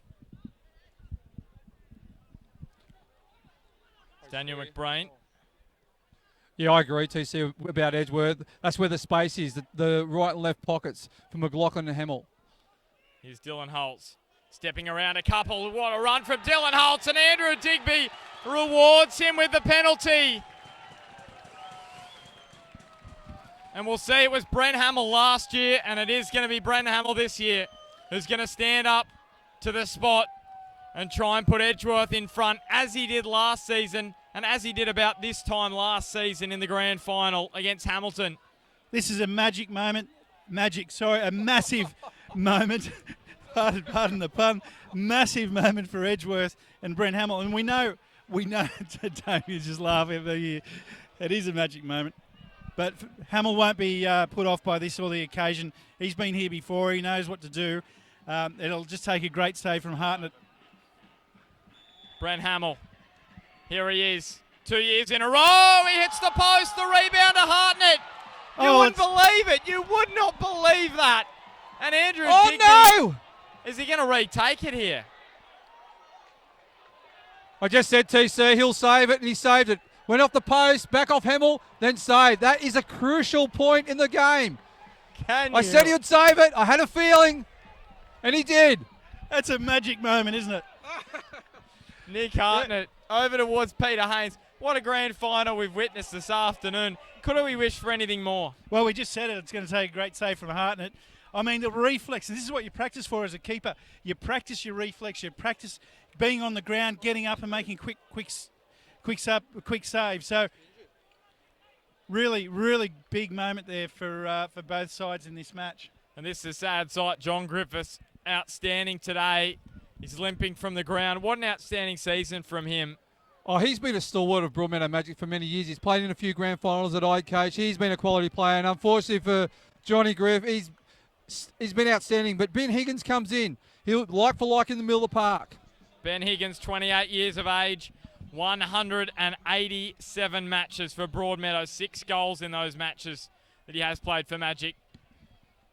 He's very, very experienced defender is Ben Higgins, who's pretty much the back with Piddington for most of last season. Here's Hamill. Just put that penalty into the post. You know, we speak about, you know, what you do off the bench and whether you'd make an unforced change. And this is where you've got to take that gamble as a coach, whether you do make that unforced change, like you bring in Moriyasu, for example. If they bring in a different player. Here's McLaughlin on his left. He slices that one so badly that it's gone over the sideline for a Magic throw. If you bring in Actually, it has hit a Magic. No, yes, it will be a Magic throw. Sorry, Bart. I was going to say, if you do bring in a different player and you get that injury smudge, then you're forced to make a different change. Whereas you bring in Higgins straight swap with it is an Edgeworth central throw, so I think it's sliced off a Magic player, that shot from Aaron McLaughlin. It was Shane Paul. Well spotted by Damien. Here's Josh Evans going up and over the top towards Dylan Holtz, who won that penalty a moment ago with a fantastic run. He's been good today, Dylan Holtz. Not just today, but in the back half of the season, he's really coming to his own. He looks for Keanu Moore. They're just finding some space in between the Magic defence, aren't they, Edgeworth, at the back? They are, yeah. And what I was saying before, Smudge, about Ben Higgins, now you've got a like for like. Here's Virgili with a chance. This is the chance he would have wanted. He strikes it straight at Fogarty. He couldn't have wished for a better chance there, Virgili. Didn't have a hint of Broadmeadow in that background comment there from Smudge, did it? Yeah, I think we're going to have to censor him for the last 20 minutes of the game. Pasquale ensures he isn't nutmegged by Matt Hoole, who scoops one off the ground to Peter Haynes. And Peter Haynes with a shot which is going to go over the bar. This is how close this one is. I mean, we get a penalty down one end, and then you've got that man, you know, Virgili sitting there one-on-one, Smudge, and how can that can just go either way, of course, and, you know, no goals. But credit to both sides for putting on this show. So last year's grand final was tight and tense, but this one's been open and entertaining, and credit to both sides as well, and coaches for allowing this spectacle to evolve. Here's Gardner. Goes wide to Hamill. Can he make up for his chance before? I think it may be Daniel McBreen or Brent Hamill that could claim it, but Edgeworth are in front anyway. Well, that's a great cross and a great finish. I think you're going to say that Hamill's crossed that. McBreen has finished it. Big moment there. We've had end-to-end for the last 3 or 4 or 5 minutes, and a just deserved goal there for Edgeworth, Smudge. That was all McBreen. The ball was played into McBreen. He got the head off to Keanu Moore, who played it out to Aiden Garter, who played it across to McBreen. He ran into the box. That's what he's good at doing. You know what? He deserved that. He's had a great game. That's his second of the night. He's 30-something, but he's playing like he's 20-something. Hoole to Virgili now. If Broadmeadow Magic got a reply, you sense it's going to be this man or Bradbury. Goes across the face. Fogarty comes out. Bradbury appeals for the penalty. Is it a penalty? No, it's a goal kick. And Bradbury's blowing up. Well, I thought Andrew Digby was pointing to the spot, but it's a goal kick. Someone's had something to say here, and Digby's going over immediately to pay that some attention. Paul goes into the book for a yellow card. Now Luke Virgili getting involved. There's plenty of time for Magic. They don't need this. Oh, there's plenty of time. Magic just need to settle down. They'll get more opportunities. Virgili, Bradbury, Haynes, they'll get more opportunities. I mentioned before, as you know, I've got Magic in my blood, and you know I love my Magic. But you know what? Edgeworth's done a great job again today. Both teams. This has been a great grand final. Chance after chance. 100% committed. Brent Hamill flicks it on towards Gardner. It's been a dynasty for Broadmeadow. Last 12 seasons, 6 grand final wins. Edgeworth with a 2-1 lead. They've won 6 of their last grand finals, Broadmeadow. They lost their first 3, they won their last 6. And Virgili finds Hoole in the middle. And Hoole puts it onto his left foot towards Peter Haynes. And now Shane Paul goes through the air, cleans up Aiden Bryce, got him in the chest. Sure did clean him up. And you know what? This crowd in here is big, it's healthy, and you can sense the energy around the ground. There's a lot of feeling in it about it, and you just said the word tension, Smudge. You're exactly right. Magic now are in the position that they've got to almost throw, caution to the wind. They've got to put themselves into this game. They've got to take some chances. They've got to gamble at the back a little bit, maybe stay a little bit skinnier, push your front guys a bit higher where you can. And really, I think for Edgeworth, now's the time you want those wide areas in play and stretch them out a little bit and hold possession a bit longer. Just on Edgeworth, you have to congratulate their mindset. After missing the penalty, they could have just dropped into a bit of a hole, but they just kept pushing, and they got the goal. So here's McBreen now. And they've responded. They could have gone into their shell after that goal they gave away to Magic in the first half as well, Edgeworth. They've responded, as Damien said as well, the penalty, not saved originally off the post, and then Nick Hartnett made the save off the return. And gee, they're a resilient lot, aren't they? As Brent Hamill is taken down. Is this a yellow for Luke Vigili? It is. Things just... I don't think this is needed from Magic. You know, they just got to stay calm because there is more than enough time. 15 minutes left in the match. There is more than enough time this afternoon for them to grab another one. Yeah, I mean, you could be at this stage and have this feeling with 2 minutes to go and you still feel like it's enough time. So I don't see any reason for giving any silly fouls away at this point in the game, Smudge. Agree. So I actually missed that because I went down to see what the score is. I mean, how long to go in the time-wise. There's been a change. Pat Wheeler is on and Aaron McLaughlin off. For people that missed it, Damien went down to see what the score was. That's really good. And last week he made a comment that it got really dark when the sun went down. Some of his best. Here's Brent Hamill in towards Kanarowski. I'm sure his halftime speeches would have resembled something like that, wouldn't have they? Hey, just on that change, we'll switch topics. Just on that change, Pat Wheeler on, Aaron McLaughlin off. He's been superb today, Aaron McLaughlin again. Had a great game again on Tuesday night against Western Sydney Wanderers. Just a bit of a shift. They got Bazari out on the left-hand side, and Pat Wheeler's gone central. So nothing like for me. As here's the ball swung in, Nick Hartnett comes out and grabs it. Now they've got one change left. They've got Daniel Miners and Kigo Moriyasu. Out of those two, one of them will come on. Unless there's an injury to Jim Fogarty, of course, which would seem doubtful at the moment. So you would expect that Kigo Moriyasu would come on. Just not sure who he would come on for. Dylan Holtz or Pasquale, maybe. Magic look like they're sitting up here just with a bit of a back four. I just noticed. Luke Vigili left fullback, but I might be reading between the lines here. If I was Magic, we need to start pushing on. Not we, sorry. Magic need to start pushing on. Evans to Pasquale. You might get put in the sin bin, the Bar TV sin bin. Here's Higgins. Here's Bazari getting cleaned up by Houle, but was legal enough. As here's Aidan Gardner. He's got Keanu Moore and McBreen streaming forward through the middle. McBreen with the turn and spin. Goes to Keanu Moore, back to McBreen. He looked for the outside of his boot, and he's going to win a throw. And that tackle there was crucial on McBreen because if he gets that, he was hitting it intentionally on the outside of his left foot, and it would have had a lot of spin, a lot of power, and could have been goalward bound. Here's the spin from Keanu Moore now, pirouetting around and playing into the leg of Shane Paul. And just on McBreen, he dropped off the centre two pairing, found a pocket, got in some space, played the 1-2. God, he's been good today. And what a story. Daniel McBreen, 23 goals in 2000 for the Edgeworth Eagles. He was benched in their 3-0 grand final loss to Hamilton by Bobby Namov after he turned up to training late after a night out. And he's back for Edgeworth again, up against Bobby now Numov, who is the Broadmeadow Magic coach, along with Rob Vigili. They're down at the moment. Can they respond, Broadmeadow? They haven't been able to beat Edgeworth in 6 matches. Not since last season in round 3 when they won 4-1.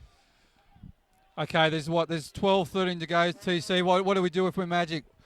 You know, the first thing you've got to do is not throw away your shape, because you don't want to throw away the game. But what you do need to do is you need to say, okay, we don't want to be sitting too deep in our back line, because if you do that, you're going to encourage Edgeworth to play in your back third, and you want to get your play generally into the top end of the park as they are at the moment. So the more they can play in the top end third of the park, more opportunities they'll have, more opportunities to score.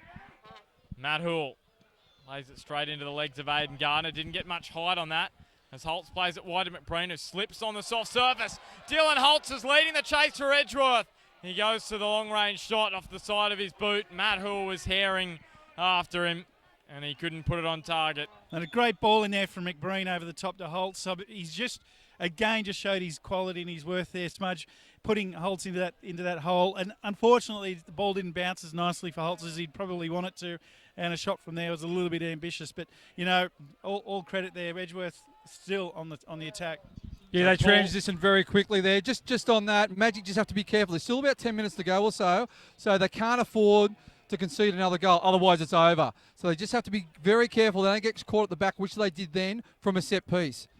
So Paul Shikawa on the ground. Michael Finlayson leaves the pitch. Still no sign of Kigo Moriarty, who was brought on in stoppage time last week against Maitland. That ball from Pasquale is not one of his best. Straight to Nick Hartnett. This area that Bazzari is in now, I like it because when the ball's on the right-hand side of the park, as we're looking at it from this camera side, is that he's got literally this whole section, maybe 1/3 of the pitch crossways to utilise. So a quick switch to Bazzari, and then Edgeworth are going to be continually on. Haven't seen them overly exploit that at this time. Here's Carl Bradbury with a little flick on. Dylan Holtz with the clearance away. For Magic, for Magic, I like to see Vigili and Bradbury just a little bit wider, getting one-on-ones. Bazzari up and over the top towards Keanu Moore. Nick Hartnett a mile out of his goals. He did well, Nick Hartnett. Now Brent Hamill. Goes across the ground to Bazzari. Pasquale. Aiden Bryce. Now to Brent Hamill. Missed the penalty but made up for it with a lovely ball in for McBreen to slot home his second of the afternoon. As Hamill gets taken down by Kantarowski. Digby waves play on. Here's McBreen. Plays it wide to Bazzari. Bazzari in towards McBreen. Ricocheting around everywhere, and Ben Higgins plays it to Peter Haynes. The two speedsters, Cale Bradbury and Vigili, but Aiden Bryce does a good job and puts it over the sideline. And still, this late in the game and ahead, Edgeworth are pushing numbers forward. This is where they need to be careful. This is where Magic can exploit Edgeworth. If they can break quick, transition really quick from defence to attack, try and get Bradbury, try and get Vigili in, try and get Haynes on the ball, I reckon they could get one in the last 10. Yeah, and from Edgeworth's point of view, what you don't want to do is give your back four shape away. Hold it, be strong, be disciplined in your positions, and not do anything rash in terms of unnecessary forward runs. Hold it together, keep your shape together, and then, you know, again in front of them through the middle of the park, maintain some good balance in there, and that'll go a long way to make it very difficult. Matt Houle towards Peter Haynes. Aiden Bryce wins the ball in the air. G's done a good job on Cale Bradbury this afternoon as Aiden Bryce wins the height battle. He's won plenty of balls in the air. The balls that are looking to find him out of position up and over the top. Bazzari now pushing up forward. Holtz, he steps away from Shikawa. Been very impressed with Holtz this afternoon. He's been everywhere. He's been good in his tackles. He's been, busy's a good word, Smudge, and he's been in and around the attack all the time. Hasn't given anything away defensively in terms of his work rate. I think he's done really well, and with Shikawa now, maybe he'll keep a hold on him between him and Pasquale. Here's Bazzari. Starting one through to McBreen, and now Keanu Moore. Lovely back heel to McBreen on his left foot. Just couldn't get it to dip enough. The combination of the play and the short passing there, that's what you expect from top quality state league footballers or NPL footballers now. These guys had just seen, that's the bit difference, being able to see the play 1, 2 and 3 moves in front, and they saw it evolve out, and McBreen's finished there. That would have been a special way to finish the game. Yeah, it would have been a special goal. But the thing with Edgeworth, it took them about 15 minutes to come accustomed to their new shape. Once they got accustomed to their new shape, they've looked very good. Same with Magic's been very good as well. But Edgeworth, now they're just starting to play. They look very comfortable in defence and in attack. Vigili takes on Wheeler. I still think there's life in this game. Yeah, not without chances, Broadmeadow at all. Although their goal was fortuitous that Fogarty played it straight to Vigili. They've had chances to score another this afternoon. Here's Houle. Cale Bradbury's had a few. Wide to Shikawa, and Pat Wheeler puts his boot through it up to McBreen, who just controls the ball nicely. Lovely skill to get around Ben Higgins. He's got Keanu Moore in the middle. Still McBreen goes down. Digby doesn't blow the penalty, so McBreen gets back up, plays it to Holtz, and Shikawa put him off with a good challenge. I'll tell you, Ben Higgins there had one intention. It was to get a tackle on McBreen after that. Gardner in towards Moore, and Ben Higgins with a diving header away. Kanarowski heads it away to Pasquale. You got cleaned up by Shikawa. And it is Moriyasu going to come on here. He is walking over to the bench. Yeah, it looks like it, but I'm just going to go back to that moment with McBreen. A terrific first touch. It just showed pure class there. But he really sucked in Ben Higgins as much as we love it. Sucked him in, popped it around the back of him. And that run from Higgins was just one with intention and with purpose to put a shot on. And I've got to say, I feel like he's a little bit lucky, Ben Higgins. If it looked a bit worse and McBreen fell heavier, that's penalty time. Oh, exactly right. But the way McBreen sucked Higgins in was absolutely first class. He looked at Higgins coming, advancing towards. He looked at him, touched it round him. That was high quality. Beautiful to watch, high quality. It was right in front of us. And just on McBreen, very lucky not to get a penalty. He was the first one to look at the referee. However, no pen and game on. So it's Brent Hamill again. He's had a few chances from the free kick situation. And Moriyasu on the ground. Keanu Moore leaves, and he's been good today, Keanu Moore. He sure has. Well, here we go. Is Moriyasu going to take the free kick? Brent Hamill steps aside. Well, King Moriyasu is on. We would love to see this. It is a long way out. Nick Hartnett has got his ball in position, ready to go, and I think there's definitely an opportunity here, Smudge. Here we go. It's Moriyasu. Bazari runs over it. We expected that. Moriyasu straight into the wall. It was his first touch. Very difficult. Remember that happened a few weeks ago when he came on. I think it was against Maitland. He came straight on for the semi-final. No, it wasn't against Maitland. Yeah, it was the Maitland the last game of the season. He came on. The pitch was damp, and he came on first touch, slipped, and he skied it. It's very tough to come on and take a free kick on your first touch. Luke Vigili with the free kick for Broadmeadow Magic. 18 goals, 3 from the penalty spot this year, Moriyasu. Brent Hamill actually hasn't scored a penalty this year. Moriyasu has taken all the successful penalties for Edgeworth this season. They haven't won too many, actually. But, you know, I love me predictions, but I've been told to stop doing predictions. Here's Bazari. Now to Moriyasu. You've put the cue in the rack in the prediction department, have you, Smudge? He's I just got a text from Dave Hodgson. Hodjo said to Smudge to stop the predictions. It's over the sideline. Well, his prediction last week in the New FM Grand Final, he predicted Bell Swans would win the game. Well, he had about 108 predictions, so he had to get something right. But unfortunately, the result for Bell Swans wasn't the one that he did predict. Here is McBreen. Shikawa just letting it run towards the sideline, but McBreen with that long left boot of his is able to get it in front of him. Here's Vigili over the top towards Haynes. Tries to find Bradbury. We know how experienced Peter Haynes is. 236 matches for Broadmeadow Magic, 135 goals, 6 of those this season. Ben Higgins now. Just on Peter Haynes, he's pushed himself really forward. That's where he's dangerous, in and around the box, like that number 9 role. He scores goals. He's been leading goal scorer of the competition quite a few times over the years. So, Josh Evans towards Ben Higgins. Moriyasu gets in front of the ball. He's got some work to do with the angle, but Dylan Holtz, he's been tireless this afternoon. Across to Gardner. Plays it back to Holtz, and it was just behind him, and the play broke down. The pass just went behind Dylan Holtz, and Pat Wheeler with the interception now. There's been some great players on the park this afternoon, but I've really liked the way that Holtz has gone about his business in particular. Yeah, we've got to think of a man of the match, don't we? Outstanding performances, haven't there? Look, there's been some great players through the game today. Smudge, we were just talking about the player of the match, and I think Holtz is one that we were just mentioning, and I think, look, Hamill for me has been good. Look, to be honest, there's quite a few. Even Vigili's been solid as well. He's done a good job. But we just mentioned before, we're talking about Daniel McBreen, Smudge, about his performance and what he brings to the team. And it's days like today where you see the absolute quality and class of a guy like him holding the ball, playing with his back to goal. I've mentioned about how his ability to use his shoulders, his arms, his elbows, putting people into holes. Here we go. 4,312 the attendance for the grand final today. So outstanding to see that amount of people come through the gates. And I don't think too many people would disagree that McBreen at this stage would be the man of the match, guys. I wouldn't at all. I think you're exactly right there as Peter Haynes. Game's not over. Wide to James Vigili. Pat Wheeler goes back. He skies it. Vigili's after it. We spoke about James Vigili. I think Luke Vigili's had a tremendous game as well. As Bazzari goes up the line. Great to have your company on Bar TV for the grand final of 2016. It's Edgeworth with a 2-1 lead. Daniel McBreen with a couple and James Vigili with the goal for Broadmeadow.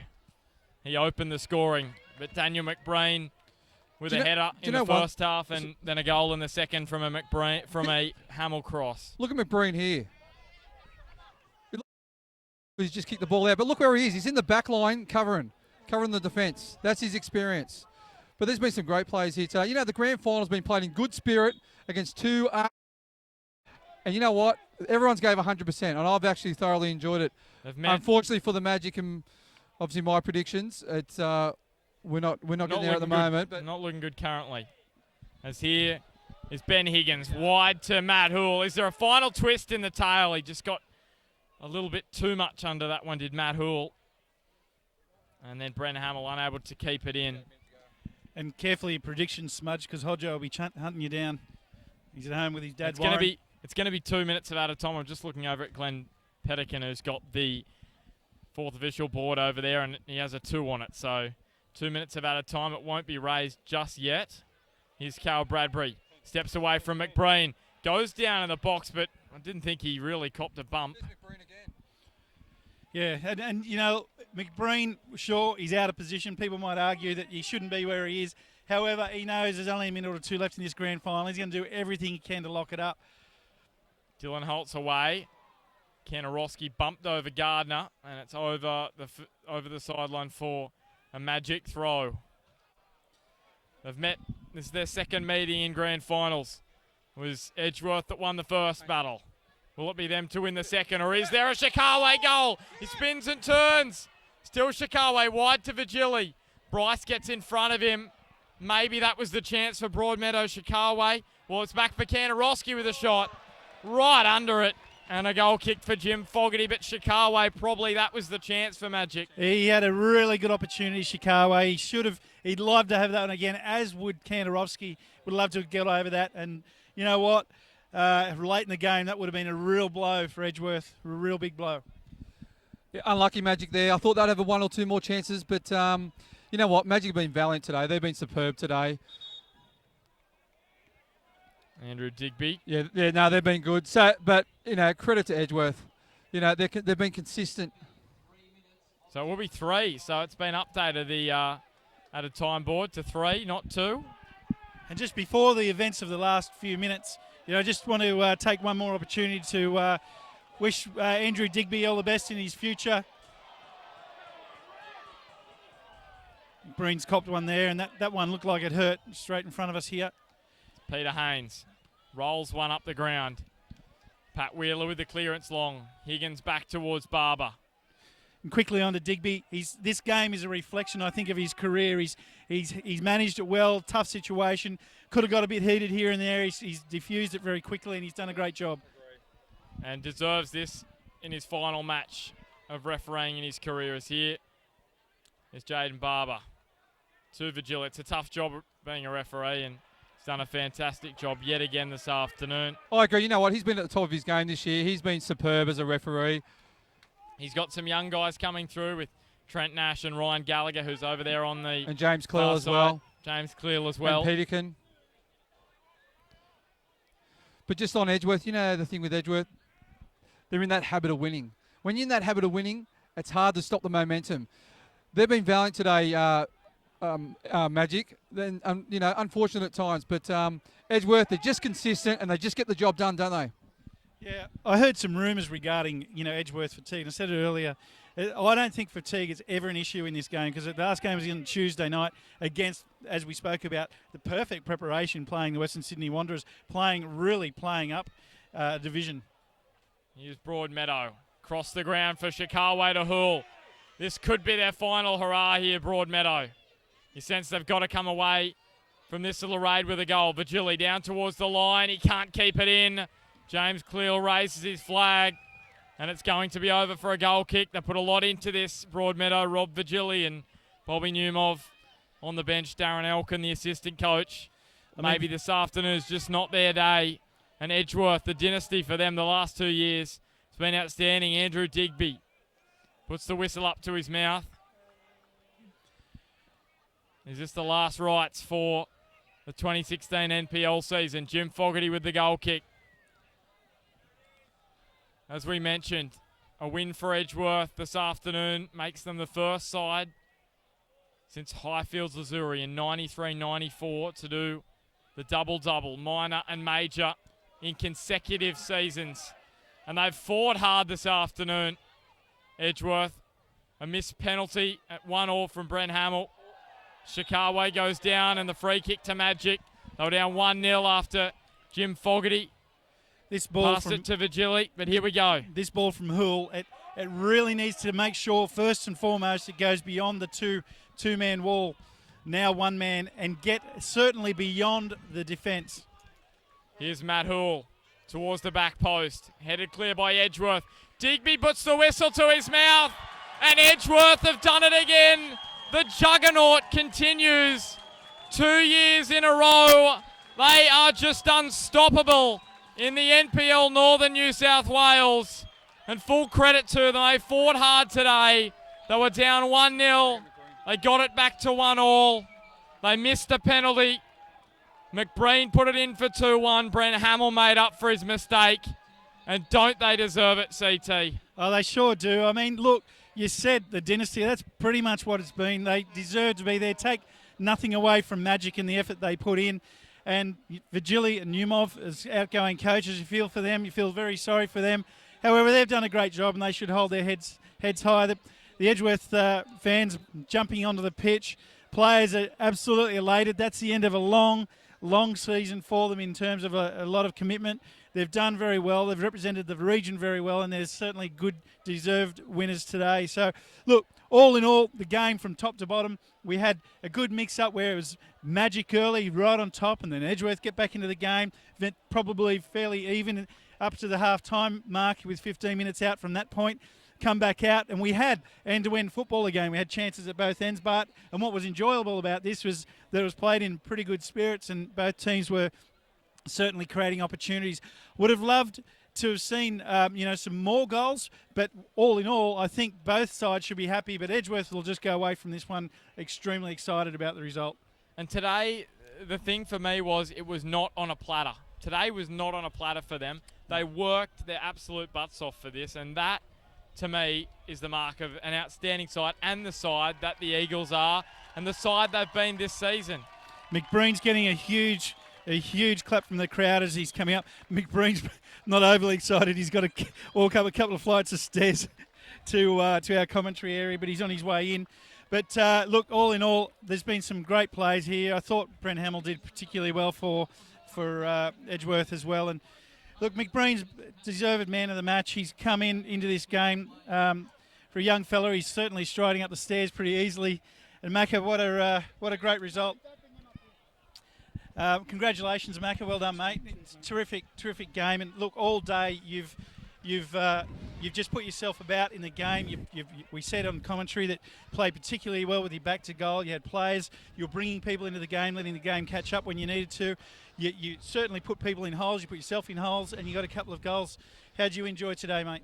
Well, it sounds like it was a perfect game. I don't know if it was that good, but no, look, great team ethic from the guys. You know, Zany set us out with the way we wanted to play, and this group of guys, mate, it doesn't matter whether he changes the system every week, he changes the players, he changes whatever. They all step up and work 100% for each other. And it's just a pleasure, mate. These young guys, mate, they'll run all day for you. You might hear me yelling them, go on, chase that, because I can't do that anymore. But it's just a great atmosphere around the club, you know, real family atmosphere, and it shows today, I think. Yeah, and we spoke about earlier in the commentary about, there was some talk about potential fatigue for the players physically, all that sort of stuff. You personally, you've had a lot of game time in the last 4 to 6 weeks. For me, playing against Western Sydney Wanderers, probably the perfect training for a game like today. What are your thoughts on that? Yeah, look, if I'm being honest, and it's no disrespect to Broadmeadow, but after playing against West Sydney and the pace of the game and the way they played, coming out here, it was obviously a lot slower, you know, and that's no disrespect, as I said, to Broadmeadow, but that's just the standard of the A-League, and I think it put us in good stead, you know. It made us a little bit more comfortable on the ball, and we knew we had a little bit more time, and I think the boys played well. Yeah, and just on that one, for you personally, it looked like you had, you know, the game under control from your point of view. Did that game sort of just click some, you know, muscle memory or some sort of memory back in to where you were and where you Muscle memory? Well, you know what I mean. Like you just. I might have a little bit of muscle. But you get your head back into where it used to be and then bring that into this game? Yeah, look, of course. It's always good to get against those level and, you know, try to live the old halcyon days and think about the good old times. But, you know, like I said, the pace of that game against them really set us up for this game, you know. They played at such a high intensity and we had to deal with that today felt like it was a little bit easier and the guys could adapt a little bit quicker to the game. So, yeah. Just on Damien Zane, you come out today, you played, you know, like a 4-3-3 virtually all year with Pasquale sitting in front, and he came out with a total different shape today, obviously against Broadmeadow. And you've been comfortable against Broadmeadow this year. Total different shape in such a big game. It's a credit to Damien Zane. For us, you're getting a bit of a cheer here. For us, it looked like it took about 15 minutes to get used to that shape. And once you settle into the game, you're just superb. Yeah, look, we said before the game that they'll come out first 10 minutes particularly. I'm getting... The Maitland boys are walking past. Obviously had a few beers. Boys. I'll join you later, lads.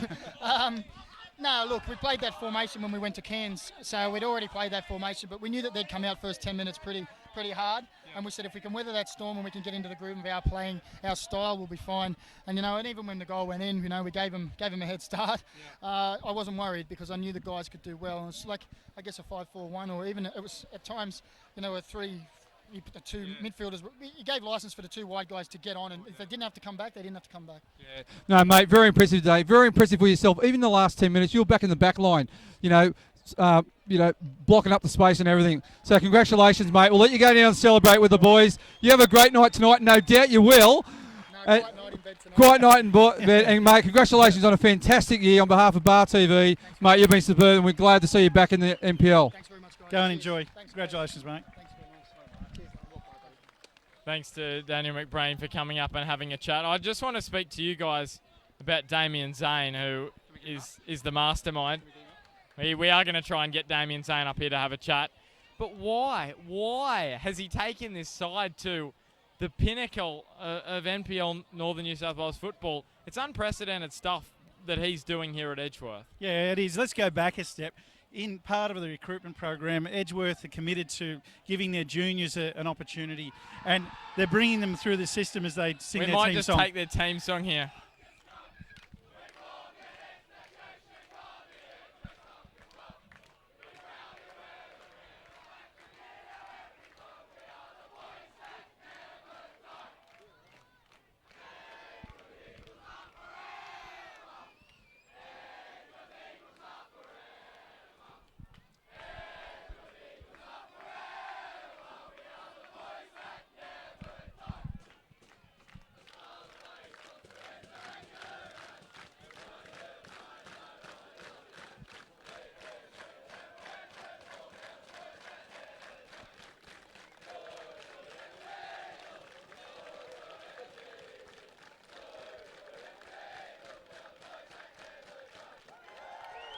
And haven't we heard that song a lot lately, CT? But back to Damien Zane. Yeah, just quickly, you know, there's no better feeling in football than that one right there, I guess. But yeah, back to Damien Zane. So bringing the young players through their system, through the age groups. They've got a young, strong, a large junior base that they encourage their players to stay, obviously. And one of the big things for Damien Zane is getting some recognition about who those young players are. When I was speaking to him a few weeks ago, he was telling me about the players that he's looking at, not just for next year, but for the year after that. So he's looking 2 and 3 years in advance. So that's kind of a big key for the club. Right now, he's got a great squad. He's got great depth in the club, and he's been able to use them. What he has done well is he's rotated players around, at will. And he knows, their players know that that's actually the case. So they haven't been scared to do that today, where he's changed the whole system up, or not the whole system, but he's changed it up. It's been very impressive. And it's impressive that he's made it up the stairs and come to have a chat to us, Zaney. Congratulations, mate. That's terrific. Just quickly, singing the team song like that, all of the effort, we were just talking about, you're looking at players 2 and 3 years ahead, all of the training that you do, the recruitment that started literally, I don't know, over 12 months ago. How's it all feeling right now?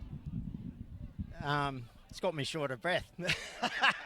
I think the stairs did that, but it's great. Great bunch of boys. I've said it all along. I mean it, truly mean it. And that's not just the first grade team, but the whole squad that we have. We work hard and we deserve everything we get. Now, Damien, so I don't have to interview for the Northern Review at the end of the game. I'll ask you, what were your thoughts early on in the game, that goal that James Virgili scored? What were you thinking at that point? It wasn't the best goal to concede, but I think Macca said to me at half time, and I agreed, that we felt we were in control even early, and yeah, we thought we'd get it back. So we always got goals in us, so it's just a matter of not conceding again. Yeah, the game as it panned out, sure, it wasn't the best start that you had, but you started your lineup that was different to what you normally have. What was your thoughts behind that? A big conserving energy, but we managed to do well against them when we get a diamond in the midfield and get our combination play going. And we feel we're best against them straight down the middle rather than taking on Luke Virgili and Jaden Barber, good defenders out wide. So we were looking more central. I thought we tore a hole in them for most of the game, to be honest. Yeah, the game seemed to swing from your dominance. Magic then had their turn, then it kind of leveled out a little bit before half time, we thought. And then in the second half, you really started to create a couple more opportunities than what they did. And at this point, where does it rate as versus last year, in terms of the feeling of winning a grand final? It's even a bigger achievement because so much can go wrong on one day. But I'm a true believer too that, if you step up so many times during the year like we have, then why can't you do it on one day? And we very rarely don't we turn up, so that makes you confident as a coach. Yeah, we were talking to Macca before about, the playing against an A-League side during the week, and Damien said, it's the perfect preparation, which probably it is, and Macca's confirmed that. How much do you feel that has had an influence on today's outcome? Oh, it has. I mean, I don't care what league you're in. When you lose, your pride's damaged a bit, and you want to, prove that you are a good team. And I think, the boys did that today. You've rotated your players at will throughout the year and last year, so it's no fluke. You've backed it up from last year, minor and major. You've just done it again now. You came out today with, a different formation, which kind of shocked us here that happened. We know, that this is a whole lot of preparation and training, but look, what you've done is you've represented your club very well. You've represented the region very well when we've gone on to the big stage. And congratulations from, not only just us here at Bar TV, but from, I think, the broader footballing community, because you've got a long, long way to go and you're doing a great job. Thanks. I don't think a few of the boys behind me in the crowd were quite impressed with what I've done. Hey, just quickly, Damien, I'll let you go and celebrate with the boys. Can you do the triple-triple? There's no reason why not. When we started pre-season this year, I didn't see a double-double coming because maybe it was just my expectations, but we started a bit slow. But look, I think we're going to get better with young, a majority young squad. So, yeah, there's no reason why not.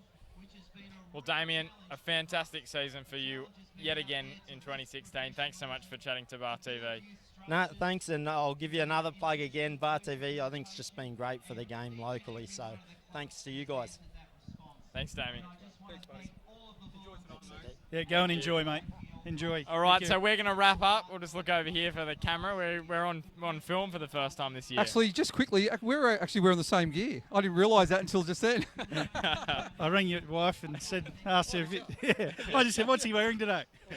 Well, we're going to wrap it up, but first can I just say to both of you, it's been an absolute pleasure to have you both up here for the entire season, or for most part of the season, the last 15 rounds or so. Incredible to have your knowledge, and I think the viewers would appreciate that as well. You know what? When TC gave me the call at the start of the year, said, you want to join us for a few commentary games on Bar TV? You know what? I thought, I'll do a few games, see how it goes. But I've thoroughly enjoyed it. You feel like you're part of the game. When you're coaching, you're part of the game, and you sort of miss that when you step away from coaching. But Bar TV's given me the experience again to feel part of the game. And to you, John Laws of Australian Soccer, You've been brilliant, mate. It's been a pleasure working with you, and thank you very much for the invite. And I've had an absolute ball. Yeah, and that's echoed from me as well. I think, a little quick history on Bart here, young Ben, is that, as a case of, helping out a young person that, has got a career in this field. And we did call in the John Laws of Australian football, and he's doing a terrific job. Yet the job that you are doing and gaining a lot of experience. And so many people say how much they enjoy your calls and the way that it goes. And for Smudge and I, it's more about, two mates having a bit of fun on a Sunday afternoon, and we'd probably be sitting at, one another's houses or at a pub somewhere watching it. So it's great fun to be able to do this and keep going with the good work, mate. Yeah, as I said, it's been a pleasure, boys. Now, next week we could be back on. The Edgeworth Eagles are taking on the Jets in a trial match next Sunday, potentially, as Edgeworth are gearing up for their match against the Bentley Greens in 2 weeks' time in the NPL final series. So that should be exciting. But and the Jets, of course, are training up for the A-League. But if we're not around next week, I'd like to thank you guys for all watching at home. It's been a pleasure to be able to bring all these NPL games to you across the whole season, and looking forward to next year. Will you two be back next year? I certainly will be, and I'll let you. If I'm invited, I'll definitely be back. And I'd like to thank all the viewers for all the texts we received through the game, all the mistakes we make. They let us know, so that's all good. So to wrap it up here from Magic Park on a beautiful sunny Father's Day on the 4th of September, full time, it was the Edgeworth Eagles 2, Broadmeadow Magic 1.